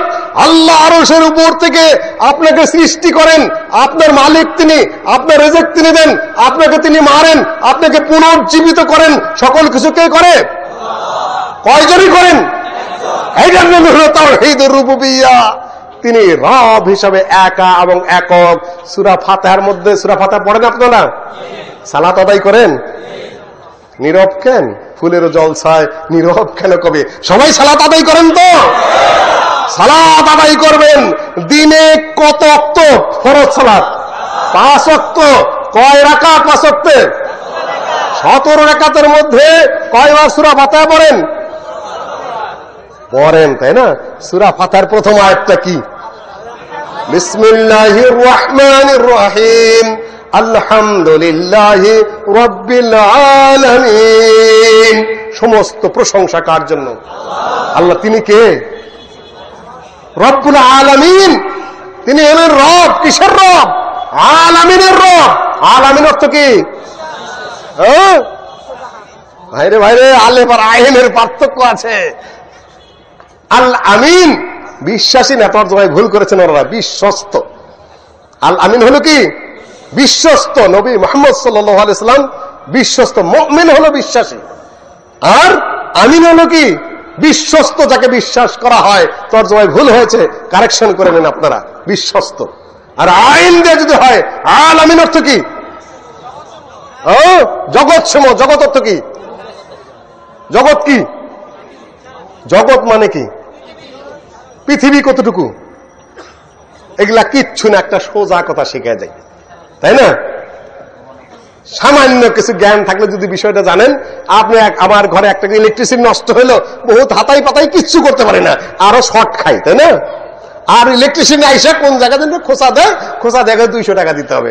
আরে খালি একটা খোঁচা দিলে তো 200 টাকা দিব, আপনি নিজে সারলেই পারতেন। সোজা সহজ উত্তর শোনেন, সোজা উত্তর শোনেন। আল্লাহ ছাড়া যত কিছু সব কি? সবকিছু আলামিন। আল্লাহ ছাড়া যত কিছু, আরশ থেকে নিয়ে নিচ পর্যন্ত যত কিছু সব কি? আলামিন। তার রবকে? রব অর্থ কি বলেছি? সৃষ্টি কে করেছেন? নিয়ন্ত্রণ কে করেন? পরিচন্দ্র সূর্য গ্রহ নক্ষত্র সবকিছু চালান কে? আমাকে আপনাকে রেজেক কে দেন? আল্লাহ, তাই না? আবার আমার মৃত্যু কে দিবেন? সব কিছু কে করেন? কয়জনে করেন? এটা না মানে তাওহীদুর রুবুবিয়্যাত। রব হিসাবে যত কিছু করেন সেই হিসাবে কি তিনি একক এবং একা। ভাইরা ওই দেশে বহুদিন চাকরি বাকরি করে আসছেন, তাওহীদের দেশে, সুন্নতের দেশে, অনেক বড় আলেম, কিন্তু বক্তৃতার সুযোগ, সভাপতিত্ব করলে বক্তৃতা করা যায় না, বসে থাকতে হয় খালি। এই জন্য, না হলে ওনার বিদ্যা জ্ঞান আপনারা জানতে পারতেন। যাই হোক, এই কয়জনে দেয়? পাবে কয়জনে? তাওহীদুল উলুহিয়্যাত এর পরে পাবে কয়জনে? তাহলে দেয় কয়জনে? পাবে কয়জনে? কি পাবে? তিনি আপনাকে সৃষ্টি করেন, তিনি আপনাকে রিজিক দেন, তিনি আপনাকে বাঁচিয়ে রাখেন, সকল কিছু পরিচালনা করেন। কয়জনে করেন? একজনে তিনি একা করেন। তাহলে পাবে কয়জনে? কি পাবে? ইবাদত। মাশাআল্লাহ। আমি আপনাদের সামনে লজিক উপস্থাপন করেছি আগে, যুক্তি উপস্থাপন করেছি আগে, অটোমেটিক আপনার কাছ থেকে কি উত্তর এসে যাচ্ছে। তার মানে হলো কি, আলহামদুলিল্লাহ। আর যদি কিছু নাও করতে পারি, একটা জিনিস প্রশ্ন উত্তরের মধ্যে মাথার মধ্যে গেড়ে দিয়ে যেতে পেরেছি, আল্লাহ তুমি এটাই আমাদের নাজাতের উসিলা করো কিয়ামতের দিন। তাওহীদের ফাউন্ডেশন এভাবে আপনার মাথায় ঢোকাতে হবে। সম্মানিত ভাই বোনেরা, একজনে দেয়, পাবে কয়জনে? একজনে পাবে। হিন্দু ধর্মে কয়জন? হিন্দু ধর্মে কয়জন আছে?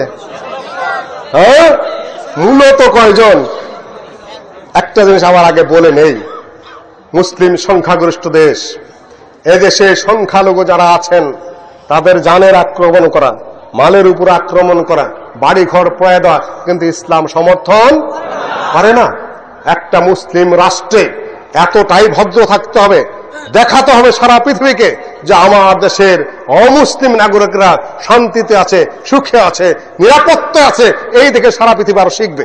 মুসলিম রাষ্ট্রে একজন অমুসলিম নাগরিকের তার জীবনের অধিকার আছে, নিরাপত্তার অধিকার আছে, চাকরি বাকরির অধিকার আছে, তার সকল প্রকার অধিকার ইসলাম সেটাকে দিয়েছে। এটা আপনাকে মেনে নিতে হবে। তার আকীদা কি সেটা অন্য বিষয়, কিতাবের বিষয়, সেটা প্র্যাকটিক্যাল মাঠের বিষয় নয়। তাকে যা ঘটেছে তার নিন্দা করছে আমরা, চূড়ান্ত হয়ে আমরা তার প্রতিবাদ করছি। এগুলা করা যাবে না। যারা করেছেন তাদের ব্যাপারে সরকারের দৃষ্টি আকর্ষণ করবে না যেন না হয়, কিন্তু কিতাবের কথা আমাদের বলে যেতে হবে। হিন্দু ধর্মে কয়জন সৃষ্টিকর্তা? কয়জন হিন্দু ধর্মে? একজন। তার নাম কি? ব্রহ্মা। এই পৃথিবী কি বলে? বিশ্ব ব্রহ্মাণ্ড, তাই না? ব্রহ্মাণ্ড মানে কি? ব্রহ্মের আন্ডা। ব্রহ্মাণ্ড মানে তার একটা ডিম ছিল, আন্ডা ছিল। এটা কি? হিন্দু ধর্মেই রয়েছে। সেই আন্ডাটা দুই ভাগে ভাগ হয়ে গেল। নিচের অংশ হলো এই মাটি, ভূখণ্ড, আর উপর অংশ হলো কি? আকাশ। এই জন্য হলো বিশ্ব ব্রহ্মাণ্ড। পুরা বিশ্বটা কি? ব্রহ্মের আন্ডা। কথাটা ঠিক না ভুল? আল্লাহ পাক কোরআনে বলেন, ওয়ালাকাদ খালাকনাস সামাওয়াতি ওয়াল আরদা ফি সিত্তাতি আইয়াম ওয়া মা মাসসানা মিন লুগুব। আমি আসমান জমিন 6 দিনে সৃষ্টি করেছি, আমি কোনো হয়রান হই নাই, পেরেশান হই নাই। কোন সূরা? সূরা কাফ। আরে ভাই, সূরা কাফ এমন একটি সূরা যেটা আল্লাহর নবী প্রায় খুতবা, জুমার খুতবাতেই বলতেন। মুসলিম শরীফের হাদিস, এক মহিলা বলতেছেন যে আল্লাহর নবীর জুমার খুতবা শুনতে শুনতেই আমি সূরা কাফ মুখস্থ করে ফেলেছি। সুন্নতের তো বলাই নেই, খালি বলে সুন্নত সুন্নত। কয় আহলে হাদিসরা সুন্নত মানে না। আরে ভাই, আপনারা কোন সুন্নত মানে? সূরা কাফ তেলাওয়াত করেন খুতবার মধ্যে? পড়েন না। সূরা সালাতটা যখন আদায় করেন তখন সাব্বিহ ইসমা রাব্বিকাল আ'লা, হাল আতাকা হাদিসুল গাশিয়া, কিংবা ইকতারাবাতিস সাআ, সূরা কাফ মুখস্থই তো জানেন না। খালি সালাম ফেরায় দা, হাইয়িনা বিস সালাম ওয়া ইলাইকা ইয়ারজুস সালাম, হাত মুসরানার কুসকুস করেন আর বলেন এইটার নাম সুন্নত। ভাইও, সুন্নত তো কোরআন এবং হাদিসে। যাই না তা মন করেন। আমি যা বলছিলাম, আসমান জমিন আল্লাহ পাক 6 দিনে সৃষ্টি করেছেন, তিনি হয়রান হন নাই। কোন সূরা? সূরা কাফের মধ্যে রয়েছে। আল্লাহর নবী প্রত্যেক জুমার খুতবায় সূরা কাফ তেলাওয়াত করতেন। 6 দিনে সৃষ্টি করেছেন। আর আল্লাহ বলে ব্রহ্মের আন্ডা 2 ভাগে ভাগ হয়ে হয়েছে। আর নাস্তিকরা এক শ্রেণীর বৈজ্ঞানিকরা বলে এটা অটোমেটিকই সৃষ্টি হয়েছে, তাই না? যেরকম মানুষ বানরের থেকে ল্যাস খেয়ে যাওয়া হয়েছে, তাই না? ওটা ওই শ্রেণী, ব্লগার ওই শ্রেণী আর কি, ওই শ্রেণী। তাহলে হিন্দুদের দৃষ্টিকোণ থেকে স্রষ্টা কয়জন? একজন। মক্কার কাফেরদের কাছে সৃষ্টিকর্তা কয়জন ছিল? একজন, কোরআন দ্বারা প্রমাণিত, সে অস্বীকার করতে পারবেন না। আউযু বিল্লাহি মিনাশ শাইতানির রাজিম। ওয়ালাইন সালতাহুম মান খালাকাস সামাওয়াতি ওয়াল আরদ লায়াকুলুন্নাল্লাহ। তুমি যদি জিজ্ঞাসা করো হে নবী, এই আবু জেহেলকে, আবুল হাবকে, উতবাকে, শাইবাকে, রাবিয়াকে, কাফের নেতাদেরকেও যদি, সকলকে যদি জিজ্ঞাসা করো আসমান জমিন কে সৃষ্টি করেছে, কি বলবে? লা ইয়াকুলুন্নাল্লাহ। তারা অবশ্যই অবশ্যই বলবে কি আসমান জমিন সৃষ্টি করেছে কে? আল্লাহ সৃষ্টি করেছে। লাতনা উজ্জানা হলো না, সৃষ্টি এরা করে নাই। সৃষ্টি কয়জন করেছে? হিন্দু ধর্মে একজনই সৃষ্টি করেছে, মুসলিম ধর্মে কি একজনই সৃষ্টি করেছে, মক্কার কাফেরদের কাছেও কি একজনই সৃষ্টি করেছে। তাহলে শিরক কোন জায়গায়? লা ইলাহা ইল্লাল্লাহ যে বলছি, ওরাও তো লা ইলাহা ইল্লাল্লাহ মানে। সমস্যাটা কোন জায়গায়? সমস্যাটার জায়গায় আমি এখন আসতেছি, সমস্যাটার জায়গায় আসতেছি। সৃষ্টি একজনেই করেছে ঠিক, কিন্তু তার মধ্যে কি আছে? দায়িত্ব বন্টন করে দেওয়া আছে। এখন তো একটা এমপিদের শপথ হয়ে গেল, তাই না? রবিবারের মধ্যেই সম্ভবত কি মিনিস্ট্রি ভাগ করা হবে, দায়িত্ব ভাগ করা হবে। শিক্ষামন্ত্রী হবে, তারপরে কি স্বরাষ্ট্রমন্ত্রী হবেন, পররাষ্ট্রমন্ত্রী হবেন, নানান, তারপরে কি প্রতিরক্ষা মন্ত্রী হবেন, সমাজ কল্যাণ মন্ত্রী হবেন, নানান মন্ত্রী ভাগ করা হবে না? ভাগ করা হবে। কিন্তু প্রধানমন্ত্রী কয়জন? প্রেসিডেন্ট কয়জন? একজন। কিন্তু মন্ত্রীর সংখ্যা কত? যতটা চান। সমস্যা হলো এই জায়গায়। হিন্দুদের কাছে ভগবান কয়জন? ভগের সাথে বতু প্রত্যয়যোগ্য ভগবান বাংলা ব্যাকরণে, তাই না? ব্রহ্মা, তিনি আদি সৃষ্টিকর্তা। কিন্তু সমস্যা হলো এই জায়গায় ভগবান দেখলেন, ভগবান ব্রহ্মা দেখলেন যে গোটা পৃথিবী আমি তো একা চালাতে পারবো না, তাহলে আমার কিছু অবতারের দরকার, কিছু দেবতার দরকার, যাদের হাতে মন্ত্রিত্ব ভাগ করে দিতে পারি। মন্ত্রিত্ব তিনি ভাগ করে দিলেন। মা দুর্গার হাতে কিসের দায়িত্ব দিলেন? নিরাপত্তার দায়িত্ব, শান্তি রক্ষার দায়িত্ব, এক কথায় স্বরাষ্ট্রমন্ত্রীর দায়িত্ব দিয়ে দিলেন ব্রহ্মা। এই জন্য দুর্গার পূজা করে, কালী মাতার পূজা করে, তাই না? মা দুর্গার পূজা করে শান্তির জন্য, শৃঙ্খলার জন্য, নিরাপত্তার জন্য। হিন্দু এরা পূজা করে, মুসলমানরাও যায়। তারপরে যে কি কি বলে তা তো দেখতে আছেন, এনারা কোন ধরনের মুসলমান। আদায় করলে গাধাই বোঝে, বাকি ঢুকের আমি বললাম না, নিজেরাই বুঝ জানেন। 20 বছর পরে কফিলউদ্দিন ভাই একটি ইশারা দিছে, সামনে সিদ্ধান্ত নিতেই হবে। টাল্টু পাল্টু যা তা কইবেন, আর মুসলমানরা ভোট দিতেই থাকবে, সামনে এগুলা চলবে টলবে না। মানুষ সচেতন হচ্ছে, শুনতেছে, বুঝতেছে, সবই অবলোকন করছে। সিস্টেম চেঞ্জ করতে সময় লাগে, শুধুমাত্র অভ্যন্তরীণ অন্তর্বর্তীকালে একটা টাইম পাস হচ্ছে মাত্র। বদল হতেই হবে, পরিবর্তন হতেই হবে, চেঞ্জ আসতেই হবে, এবং সেটা আসবেই। মানুষ বেউকুফের মতো মকসুদ খাবেন না। কবির খুব স্বল্প সময়ে একটা ভালো কথা বলেছে, আমাকে দৃষ্টি আকর্ষণ করে দিয়েছে। পূজা করল, আর ব্রহ্মা দায় দায়িত্ব, শিক্ষা দায় দায়িত্ব কার কাছে দিলেন? জ্ঞানের দায়িত্ব শিক্ষামন্ত্রী কে? মা সরস্বতী। মা সরস্বতীর হাতে বিদ্যার দায়িত্ব, শিক্ষার দায়িত্ব, সংস্কৃতির দায়িত্ব, সব মন্ত্রিত্ব দান করলেন কার কাছে? সরস্বতীর হাতে দিয়ে দিলেন। আর ধন সম্পদ, তাই না? খাদ্যমন্ত্রী, সম্পদের মন্ত্রী, ভূমির মন্ত্রী কে? মা লক্ষ্মীর হাতে দিয়ে দিলেন ব্রহ্মা। মন্ত্রিত্ব ভাগ করে দিয়েছেন। সমস্যা নেই এই জায়গায়। আল্লাহ বলে আমি কোন মন্ত্রিত্ব ভাগ করে দেই নাই, আমি কোন দায়িত্ব ভাগ করে দেই নাই, আমি কাউকে কিছুই ছেড়ে দেয় নাই। আমি হলাম একক হাতে, আমি নিয়ন্ত্রণ করি সবকিছু, আমি কোনো কিছু ভাগ করে দেই নাই। বুঝতে পেরেছেন? খ্রিস্টানদের বিশ্বাস কি? পরবর্তী যুগের খ্রিস্টানদের তাদের বিশ্বাস হলো যে ঈসা আল্লাহর পুত্র, মরিয়মের পেটের থেকে বের হয়ে আসছে ঠিক, কিন্তু আল্লাহর পুত্র। কিয়ামতে তার উপর যে বিশ্বাস স্থাপন করা হয়, সকল গুনাহ মাফ হয়ে যাবে। তিনি আদম যে গুনাহ করেছিলেন জান্নাতে, সেই গুনাহ মাফ করার জন্য কুরুশে মৃত্যুবরণ করে বিদায় হয়ে গেছে। আর কিয়ামতের দিন তার বাবা যে আল্লাহ নাউজুবিল্লাহ মিন যালিক, তার ডান পাশে বসে সকলের বিচার কার্য পরিচালনা করবেন। আর এই বিশ্বাস যে করবে তার সব মাফ। আর এই বিশ্বাসের ঘোষণা যদি পাদ্রির সামনে দেন, পাদ্রি একটা কাগজ লিখে দেবে, ওই কাগজটা যদি কবরে দেওয়া হয় তাহলে আর আপনার কোনো শাস্তি মাস্তি হবে না। যেরকম হলো আব্দুল কাদের জিলানের মুরিদ কবরে গেছে, নাকির মুনকার এসে হাজির হাতুড়ি নেয়া, আমাকে মারতে এসো, আমার চিরস নাকি, আমি আব্দুল কাদের জিলানি বড় পীরের মুরিদ, হাতুড়ি ফালাইতেই নাকির মুনকার দৌড়। সব ধর্মে এই অবস্থা, মিথ্যা ভুয়া কথাবার্তা যত সব। এই যে মন্ত্রিত্ব ভাগ করে দেওয়া, এইখানেই হলো শিরকের কথা, এইখানেই শিরকের মূল কথা। লাতের হাতে এই দায়িত্ব দেওয়া আছে, হবলের হাতে এই দায়িত্ব দেওয়া আছে, ওজ্জার হাতে এই দায়িত্ব দেওয়া আছে। এই যে বিশ্বাস আল্লাহ পাক নাকচ করে দিয়ে বলেন, আফারাআইতুমুল লাতা ওয়াল উজ্জা ওয়া মানাত আস-সালিসাতাল উখরা আলাকুমুয যাকারু ওয়া লাহুল উনসা তিলকা ইযান কিসমাতুন জিজা। লাতের হাতে দায়িত্ব তোমরা মনে করছো, উজ্জার হাতে দায়িত্ব বন্টন মনে করছো, কাউকে আল্লাহর পক্ষ থেকে কোনো দায়িত্ব দেওয়া হয় নাই। দুর্গার হাতে কোনো দায়িত্ব নেই, লক্ষ্মীর হাতে কোনো দায়িত্ব নেই, সরস্বতীর হাতে কোনো দায়িত্ব নেই, ঈসা আলাইহিস সালামের হাতে কোনো দায়িত্ব নেই, নবী মুহাম্মদের হাতে কোনো দায়িত্ব দেওয়া হয় নাই। ফাতেমা রাদিয়াল্লাহু তাআলা আনহা আল্লাহর নবীর কন্যা, তাকে আল্লাহর নবী বলতেছেন যে ইয়া ফাতেমা তো সালিনি মিন মালি মিন মা শি'তি ফা ইন্নী লা উগনি আনকি ইয়াউমাল কিয়ামাতি শাইআ।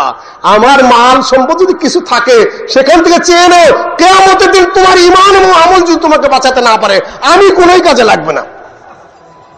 যাই হোক, মা লক্ষ্মী, সরস্বতী ইত্যাদি যেগুলো ওনারা বানিয়ে নিয়েছেন, তার ইবাদত করছেন, তার উপাসনা করছেন, তার কাছে চাচ্ছেন। এখন আসতেছি আমাদের নিজেদের ঘরে। আপনার ইলেকশনে যদি পাশ করতে চান তাহলে কোথায় যেতে হবে? নির্বাচনে যদি পাশ করতে চান কোথায় যেতে হবে? শাহজালালের মাজার থেকে শুরু করতে হবে। মন্ত্রী প্রধানমন্ত্রী নাই, একটু বড় কিছু হইলেই হলো, তাকে শুরু করতে হবে, ওইখান থেকে মিছিল শুরু করতে হবে, তাই না? না হলে উনি রাজি না হলে কাজ হবে না। দুইজনেই গেলেন দুই পার্টির, একজনে পাশ করলেন একজনে ফেল করলেন, তখন ধরে নিতে হবে যে শাহজালাল কারো উপর একটু বিরক্ত, আরেকজনের উপর খুব সন্তুষ্ট নাকি। সন্তানের দায় দায়িত্ব আল্লাহ পাক কাকে দিয়েছেন? আমার বাংলাদেশে সন্তান দেওয়া দায়িত্ব ভাগ করা আছে কার কাছে? আরে হুজুর 6 পত্রপত্রিকা খোলেন না, গেলেই সন্তান। পরীক্ষায় পাশ করলে দায় দায়িত্ব কার আছে? ভাগ আছে, আছে, মানুষ আছে রে, নিঘুম অনুসন্ধানে মানুষ আছে রে। আগে আটিয়ে যায় না, কি করে আপনার আজমিরে যায় না, পরে যায়, পাশ করার পরে তারপরে যায় আজমিরে। কোথায় যায়? আজমিরে যায়। তারপরে বলে আল্লাহর ধন মোহাম্মদের দিয়া গেছে, আল্লাহ গায়েব হইয়া মোহাম্মদের ধন খাজায় লইয়া বসে আছে আজমিরে, কেউ ফিরে না খালি হাতে, খাজারে তোর দরবারে, চাইতে জানলে রয় না কাঙ্গাল, এক নিয়ত যে জন করে, তাই না? খাজা বাবার কাছে যে পাবেন, এটা কি আল্লাহ পাক দায়িত্ব বন্টন করে দিয়েছেন? সহজ কথা বলি, আমার দেশে গুলশানে একটা মসজিদ আছে, মসজিদের নাম কি? মসজিদে গাউসুল আজম। গাউসুল আজম মানে কি? গাউস অর্থ কি? যার কাছে আশ্রয় প্রার্থনা করা হয়, জানচা করা হয়, কামনা করা হয়, তিনি কে? তিনি আল্লাহ না মানুষ? আর আজম মানে কি? সবচেয়ে বড়, যার কাছে আশ্রয় প্রার্থনা করা হয়, কামনা করা হয়, বিপদ মুক্তি চাওয়া হয়, তিনি কে? না আব্দুল কাদের জিলানী। যিনি মসজিদটা বানাইছেন তিনি একজন আলেম মানুষ ছিলেন, ধর্ম বিভাগের মন্ত্রী ছিলেন। আস্তে আস্তে কই, তারপর মাইক দিয়ে যাইতে সাহস, আস্তে কইতেছেন কেউ, তাই না? তারও আল্লাহ পাক এইটুকু জ্ঞান দেন নাই যে গাউসুল আজম হলো আল্লাহ ওয়াহদাহু লা শারীকা লাহু। মানুষ কোনদিন গাউসুল আজম হতে পারে না। সাথে সাথে শিরক, সাথে সাথে শিরক। এতটুকু জ্ঞান আমার দেশের যদি একজন ধর্মমন্ত্রীও না থাকে, সাবেক একজন আলেমের না থাকে, সব আলেমদের তিনি আমার প্রধান ছিলেন, এতটুকু প্রাথমিক জ্ঞান নেই, ফাউন্ডেশন নেই, ভিত্তি তুলেছেন অনেক বড়। আচ্ছা, এখন হিন্দুরা লক্ষ্মী, সরস্বতী ইত্যাদি ইত্যাদি মেনে মুশরিক হয়ে গেল, একজনকে মানা সত্ত্বেও। আর মক্কার মুশরিকেরা একজনকে সৃষ্টি করা কর্তা মানা সত্ত্বেও লাত, মানাত, হবল, উজ্জা ইত্যাদিকে শরীক করার কারণে তারা কি হয়ে গেল? মুশরিক হয়ে গেল। আপনি মুসলিম এক আল্লাহ মানার পরেও যদি মনে করেন যে শাহজালালের মধ্যে কিছু আছে, আটরশির মধ্যে কিছু আছে, না, তারপরে আপনার এর মধ্যে কিছু আছে, কি করে আপনার খাজা বাবার মধ্যে কিছু আছে, আপনার চিটাঙ্গের কাসিমের মধ্যে কিছু আছে, ওই ভারতের হিন্দুদের মধ্যে, ওই মক্কার মুশরিকদের মধ্যে, আর আপনি এই দেশের মুসলমানের মধ্যে পার্থক্যটা কোন জায়গায়? কোন পার্থক্য নেই, একই শিরক। শিরকের জায়গায় হলে এটা। আমি সামান্য সময়ের মধ্যে আমার বক্তব্য শেষ করে দিচ্ছি ইনশাআল্লাহ, কিন্তু আমার পরে অনেক বড় বক্তা রয়েছেন। আমি শুধু আজকে কোরআন এবং সহিহ হাদিসের আলোকে আল্লাহর উপরে আলোচনা করার মধ্যে ছিলাম। কয়েক মিনিটের মধ্যে আমার বক্তব্য গুটিয়ে নিয়ে আসছি ইনশাআল্লাহুল আজিজ। এই যে বিশ্বাস, কবরের মধ্যে কিছু দিবেন, কিছু চড়াবেন। মুসনাদ আহমদে হাদিস রয়েছে তারেক বিন শিহাব থেকে, যে একটা কওমের কোথাও একটা মূর্তি ছিল, লা ইয়াজুজু আহাদুন হাত্তা ইউকাররিবা লাহু শাই, ওই মূর্তির পাশ দিয়ে কেউ যেতে পারতো না যতক্ষণ পর্যন্ত না সেখানে কিছু দেওয়া না হয়। আল্লাহ নবী বলেন, একজন মানুষ একটা মশার কারণে জান্নাতে গেল, আর একটা মশার কারণে কি জাহান্নামে চলে গেল। সাহাবীরা জিজ্ঞাসা করেন, কাইফা, এটা কেমন করে হয়? আল্লাহ নবী তখন বললেন, ওই মূর্তির কাছ দিয়ে কেউ যেতে পারতো না যতক্ষণ পর্যন্ত না সেখানে কিছু না দিত। যাওয়ার সময় বলতেছে কবিল্লার লোকেরা, মানে মাজারের খাদেম সাহেবেরা, যাবে না ওইখান দিয়ে জুতা খুলে ঢুকতে হবে, পয়সা দিয়ে বাইরে হবে, না হলে খবর আছে। প্রস্থান সব সন্ধ্যা পান্ডারা বসে বসে খাচ্ছে, ওই আগের থেকেই সিস্টেম। যাওয়ার সময় বলে, কিছু দিয়ে যাও। বলছে, আমার কাছে কিছু নেই, কি দেবো? কার্রে বলো দুবা, একটা মাসি হলেও দিয়ে যেতে হবে। একটা মাসি ধরে নিয়ে ওখানে দিয়ে দিল। আল্লাহ বলে জাহান্নামে চলে গেল, ওরা ওকে ছেড়ে দিল। দ্বিতীয় ব্যক্তিকে ধরে বলতেছে যে কিছু দাও, যে আমার কাছে কিছু নাই, যে মাসি হলেও দাও। সে বলে, মা কুনতু লিউকাররিবা লিআহাদিন শাইআম মিন দুনিল্লাহ, আল্লাহ ছাড়া কারো জন্য আমি একটা মশা মাছিও দিতে পারবো না। সাথে সাথে খাদেমেরা ঘাটটা কেটে ফেলে দিল। আল্লাহ নবী বললেন, সাথে সাথে জান্নাতে চলে গেল। আপনার নজর করে মান্নত করে দিয়া মনে করেন ভালো কাজ করলেন, আল্লাহ নবী দিয়া যাবেন জাহান্নামে। আর এর বিরুদ্ধে লড়াই করে যদি আপনার জীবন চলে যায়, আপনি কোথায় যাবেন? জান্নাতে যাবেন। মোল্লা আবু তাহের বর্ধমানী সাহেবের কাছে ওয়াজ শুনেছিলাম। উনি বলছেন যে আমি ট্রেনে যাচ্ছিলাম, ওনার বক্তব্যের দ্বারা অন্যরকম ছিল।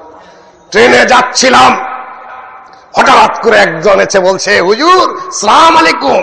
যে ওয়ালাইকুম আসসালাম। যে হুজুর আমার জন্য দোয়া করবেন, এবার আমার হজ হয়ে যাবে। যে হজ হয়ে যাবে, আপনি কি হজে যাচ্ছেন? যে না, হজে যাচ্ছি না। যে হজে না গেলে আমার হজ হয় কিভাবে?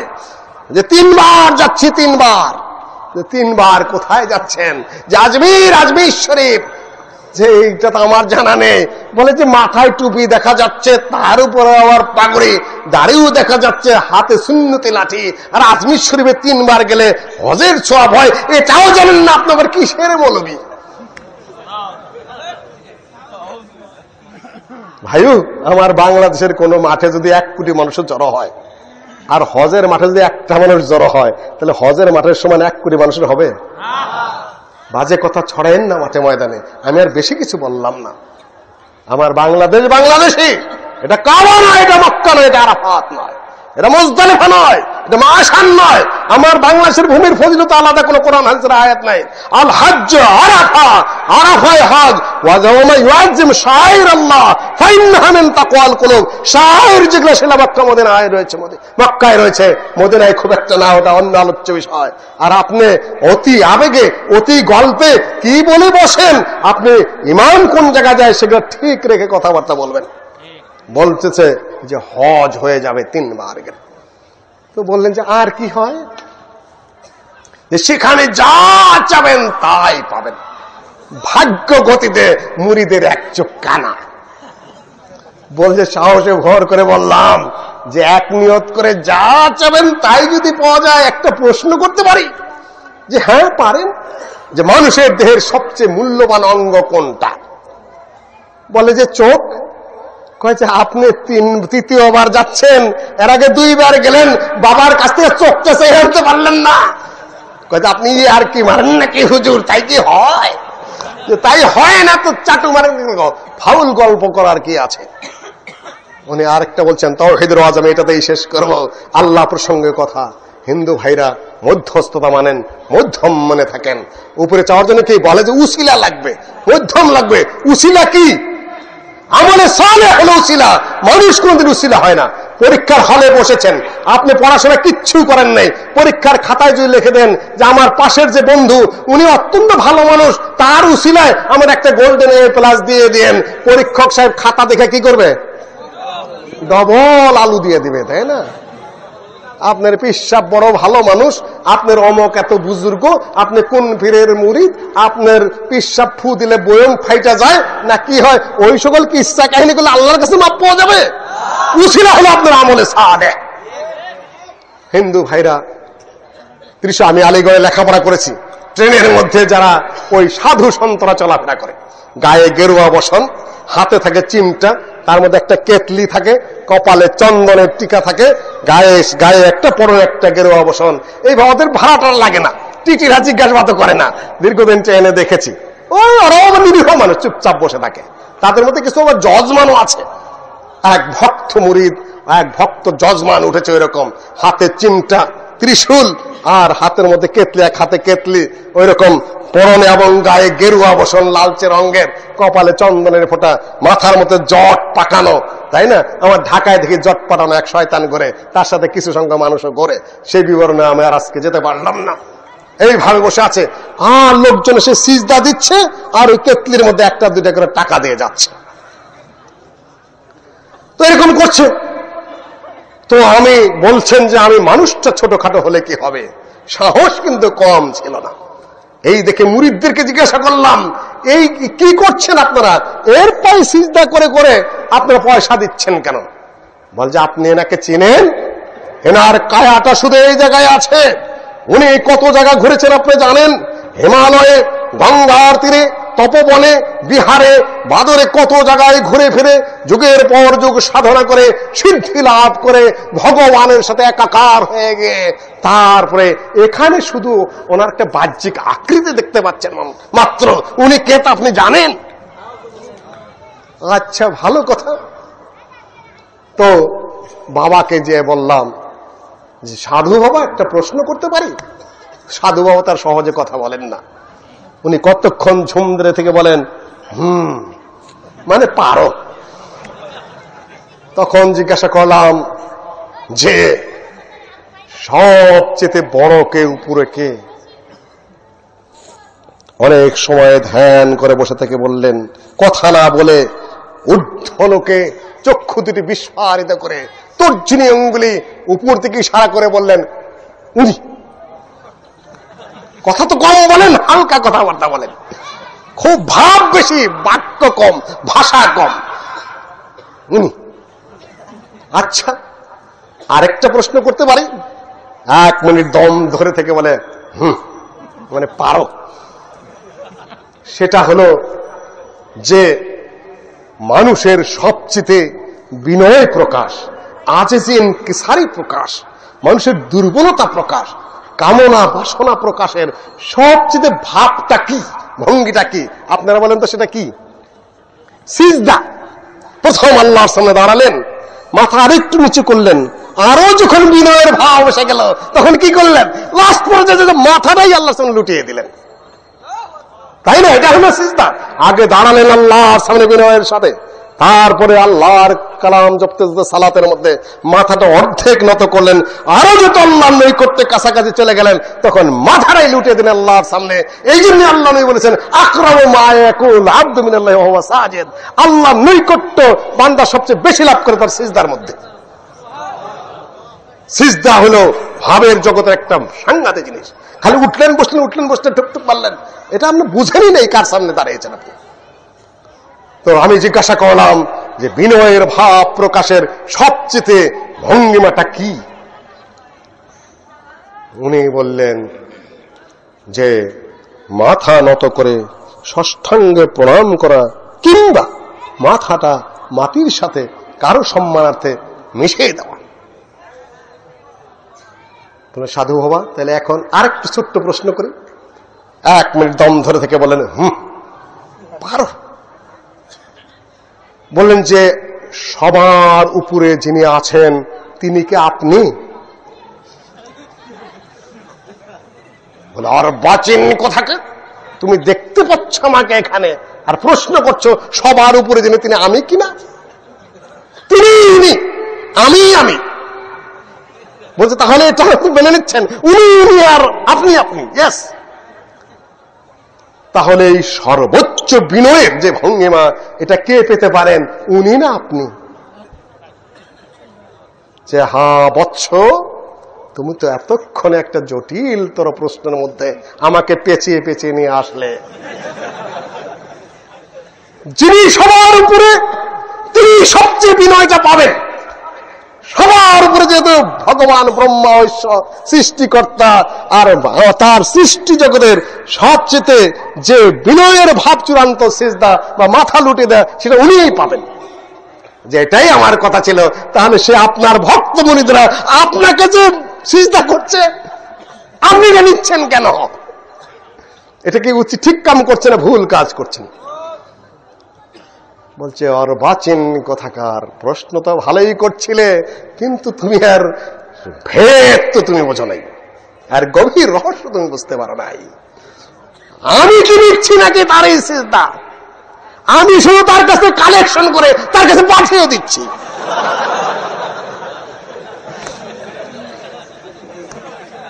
বলেন যে গুরুজি, এখন আমার একটা লাস্ট কোশ্চেন, সেটা হলো উনি সবচেয়ে বেশি শক্তিশালী না আপনি সবচেয়ে বেশি শক্তিশালী? অর্বাচীন কথাকার, উনি সবচেয়ে বেশি শক্তিশালী। যে উনি এত শক্তিশালী, আমার তো মনে হয় আপনি হচ্ছে তো দুর্বল। ওনাকে সিজদা করা হচ্ছে আর উনি নিতে পারতেছেন না, আপনার সেটা পৌঁছায় দিতে হবে। মুরিদেরা এসে বললে, হুজুর আপনি কিন্তু বেশি বাড়াবাড়ি করে ফেলেছেন বাবার সাথে। যে বাড়াবাড়ি তো করিনি, তোমরাই বাড়াবাড়ি করছো। যিনি সবার উপরে, তাকেই সবার উপরেরটা দেওয়া উচিত। কাজে এই পীর ফকির মাজার ঠাকুর মূর্তি টর্তি এগুলা পূজা অযৌক্তিক, এগুলা করা যাবে না। কিছুক্ষণ পরে গুরুজি ঘুমিয়ে পড়লেন, সাগরিদা যাও যার যার মতো চলে গেল। চোর এসে কেতলি টেনে বিদায়। বললেন আমি দেখতে পাচ্ছি, কিছু বলছি না, দেখা যাক কি হোক। পরের স্টেশনে পরে সবাই হাউকাউ গেল, কই পয়সা গেল, কই কেতলি নিল করে, এটা নিল করে, সেটা নিল করে। বললাম যে দেখো, তোমার বাবা এত মারে তপবনে, হিমালয়ে, তারপরে গিরি গুহায় কত জায়গায় সাধনা করে সিদ্ধি সাধন করেছে, দুনিয়ার সব জানে। আর চোরে কেতলি নিয়ে গেল, সেটাও বুঝলেন। ভাইও সময় বোধহয় আমি বেশি নিয়ে ফেলেছি। এটার নাম হলো তাওহীদ। যার জন্য যেটা, তার জন্য সেটা দিতে হবে। বাবা নাকি গায়েবী ইলম জানেন। কুল্লা ইয়ালামু মান ফিস সামাওয়াতি ওয়াল আরদিল গায়বা ইল্লাল্লাহ। গায়ব আল্লাহ ছাড়াও কেউ জানে? মুরিদ বাবা এসেছে, আয়েশা বাহাস করবে, সব জানে আসমান জমিনের। যে আসমান জমিনের সব জানেন। আমি বুখারী পড়েছি, মুসলিম পড়েছি, কুতুবে সিত্তা পড়েছি, তাফসীর পড়েছি, বড় বড় আলেমের কাছে পড়েছি। তুমি যে বাহাস করতে এসেছো, তুমি কি জানো? বলছে আমি ইলমে লাদুন্নি জানি, উপর থেকে জ্ঞান আসে।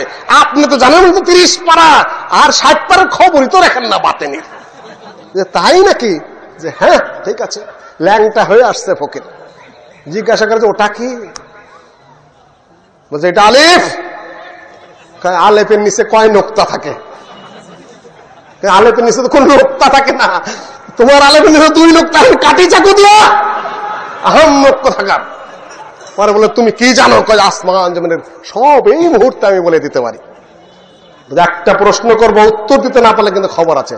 বলো তো তোমার পায়ে ধারে লোম কয়টা? অর্থাৎ পায়খানা স্থল লোম কয়টা বলতে হবে। তারপরে কিন্তু আমি গুনবো, সন্ধে একটা একটা তুলবো। যুবকেরা রেডি হও সামনে। যদি কম হয় তাও গুতা, যদি বেশি হয় তাও সেচা। তুমি গায়েবী খবর কতটা জানো দেখাচ্ছ। বাবা মাপ চাই, আমি আসলে কিচ্ছু জানি না। ভোদো ল্যাংটা পাগল। এই পাগলে বিশ্বাস করে, বলে ওর মধ্যে না জানি কি যে আছে, ঐশ্বরিক ক্ষমতা তার মধ্যে আছে। পুরা ল্যাংটা জায়েজ না হারাম, পুরা হারাম। ল্যাংটা পাগল দাঁড়ায় আছে, তারপরেও বলে যে ওর মধ্যে জিনিস আছে। জিনিস যখন দেখাই যেতেছে, কাপড় তো আর পরে নাই। সম্মানিত ভাই বোনেরা, কোরআন এবং সহিহ হাদিসের আলোকে কুল্লা ইয়ালামু মান ফিস সামাওয়াতি ওয়াল আরদিল গায়বা, ওমা আনতা বিনি'মাতি রাব্বিকা বিমাজনুন, হে নবী তোমাকে আল্লাহর নেয়ামত দেওয়া হয়েছে, সুতরাং তুমি পাগল নও। পাগল হওয়া কোনো ভালো জিনিস নয়। আল্লাহর নবী ইমানদার মানুষেরা পরিষ্কার থাকবে, পরিচ্ছন্ন থাকবে, ইবাদত করবে, বন্দেগী করবে, ব্রেন শার্প রাখবে, ঈমান ঠিক রাখবে, আমল ঠিক রাখবে, কোন ধরনের শিরকে আমল আকীদা বিশ্বাসে তারা যাবে না। আজকে কোরআন এবং সহিহ হাদিসের দৃষ্টিকোণ থেকে ঈমান এবং আকীদার উপরে এই পর্যন্ত বলেই আপনাদের কাছ থেকে বিদায় নিচ্ছি। আসসালামু আলাইকুম ওয়া রাহমাতুল্লাহি ওয়া বারাকাতুহু।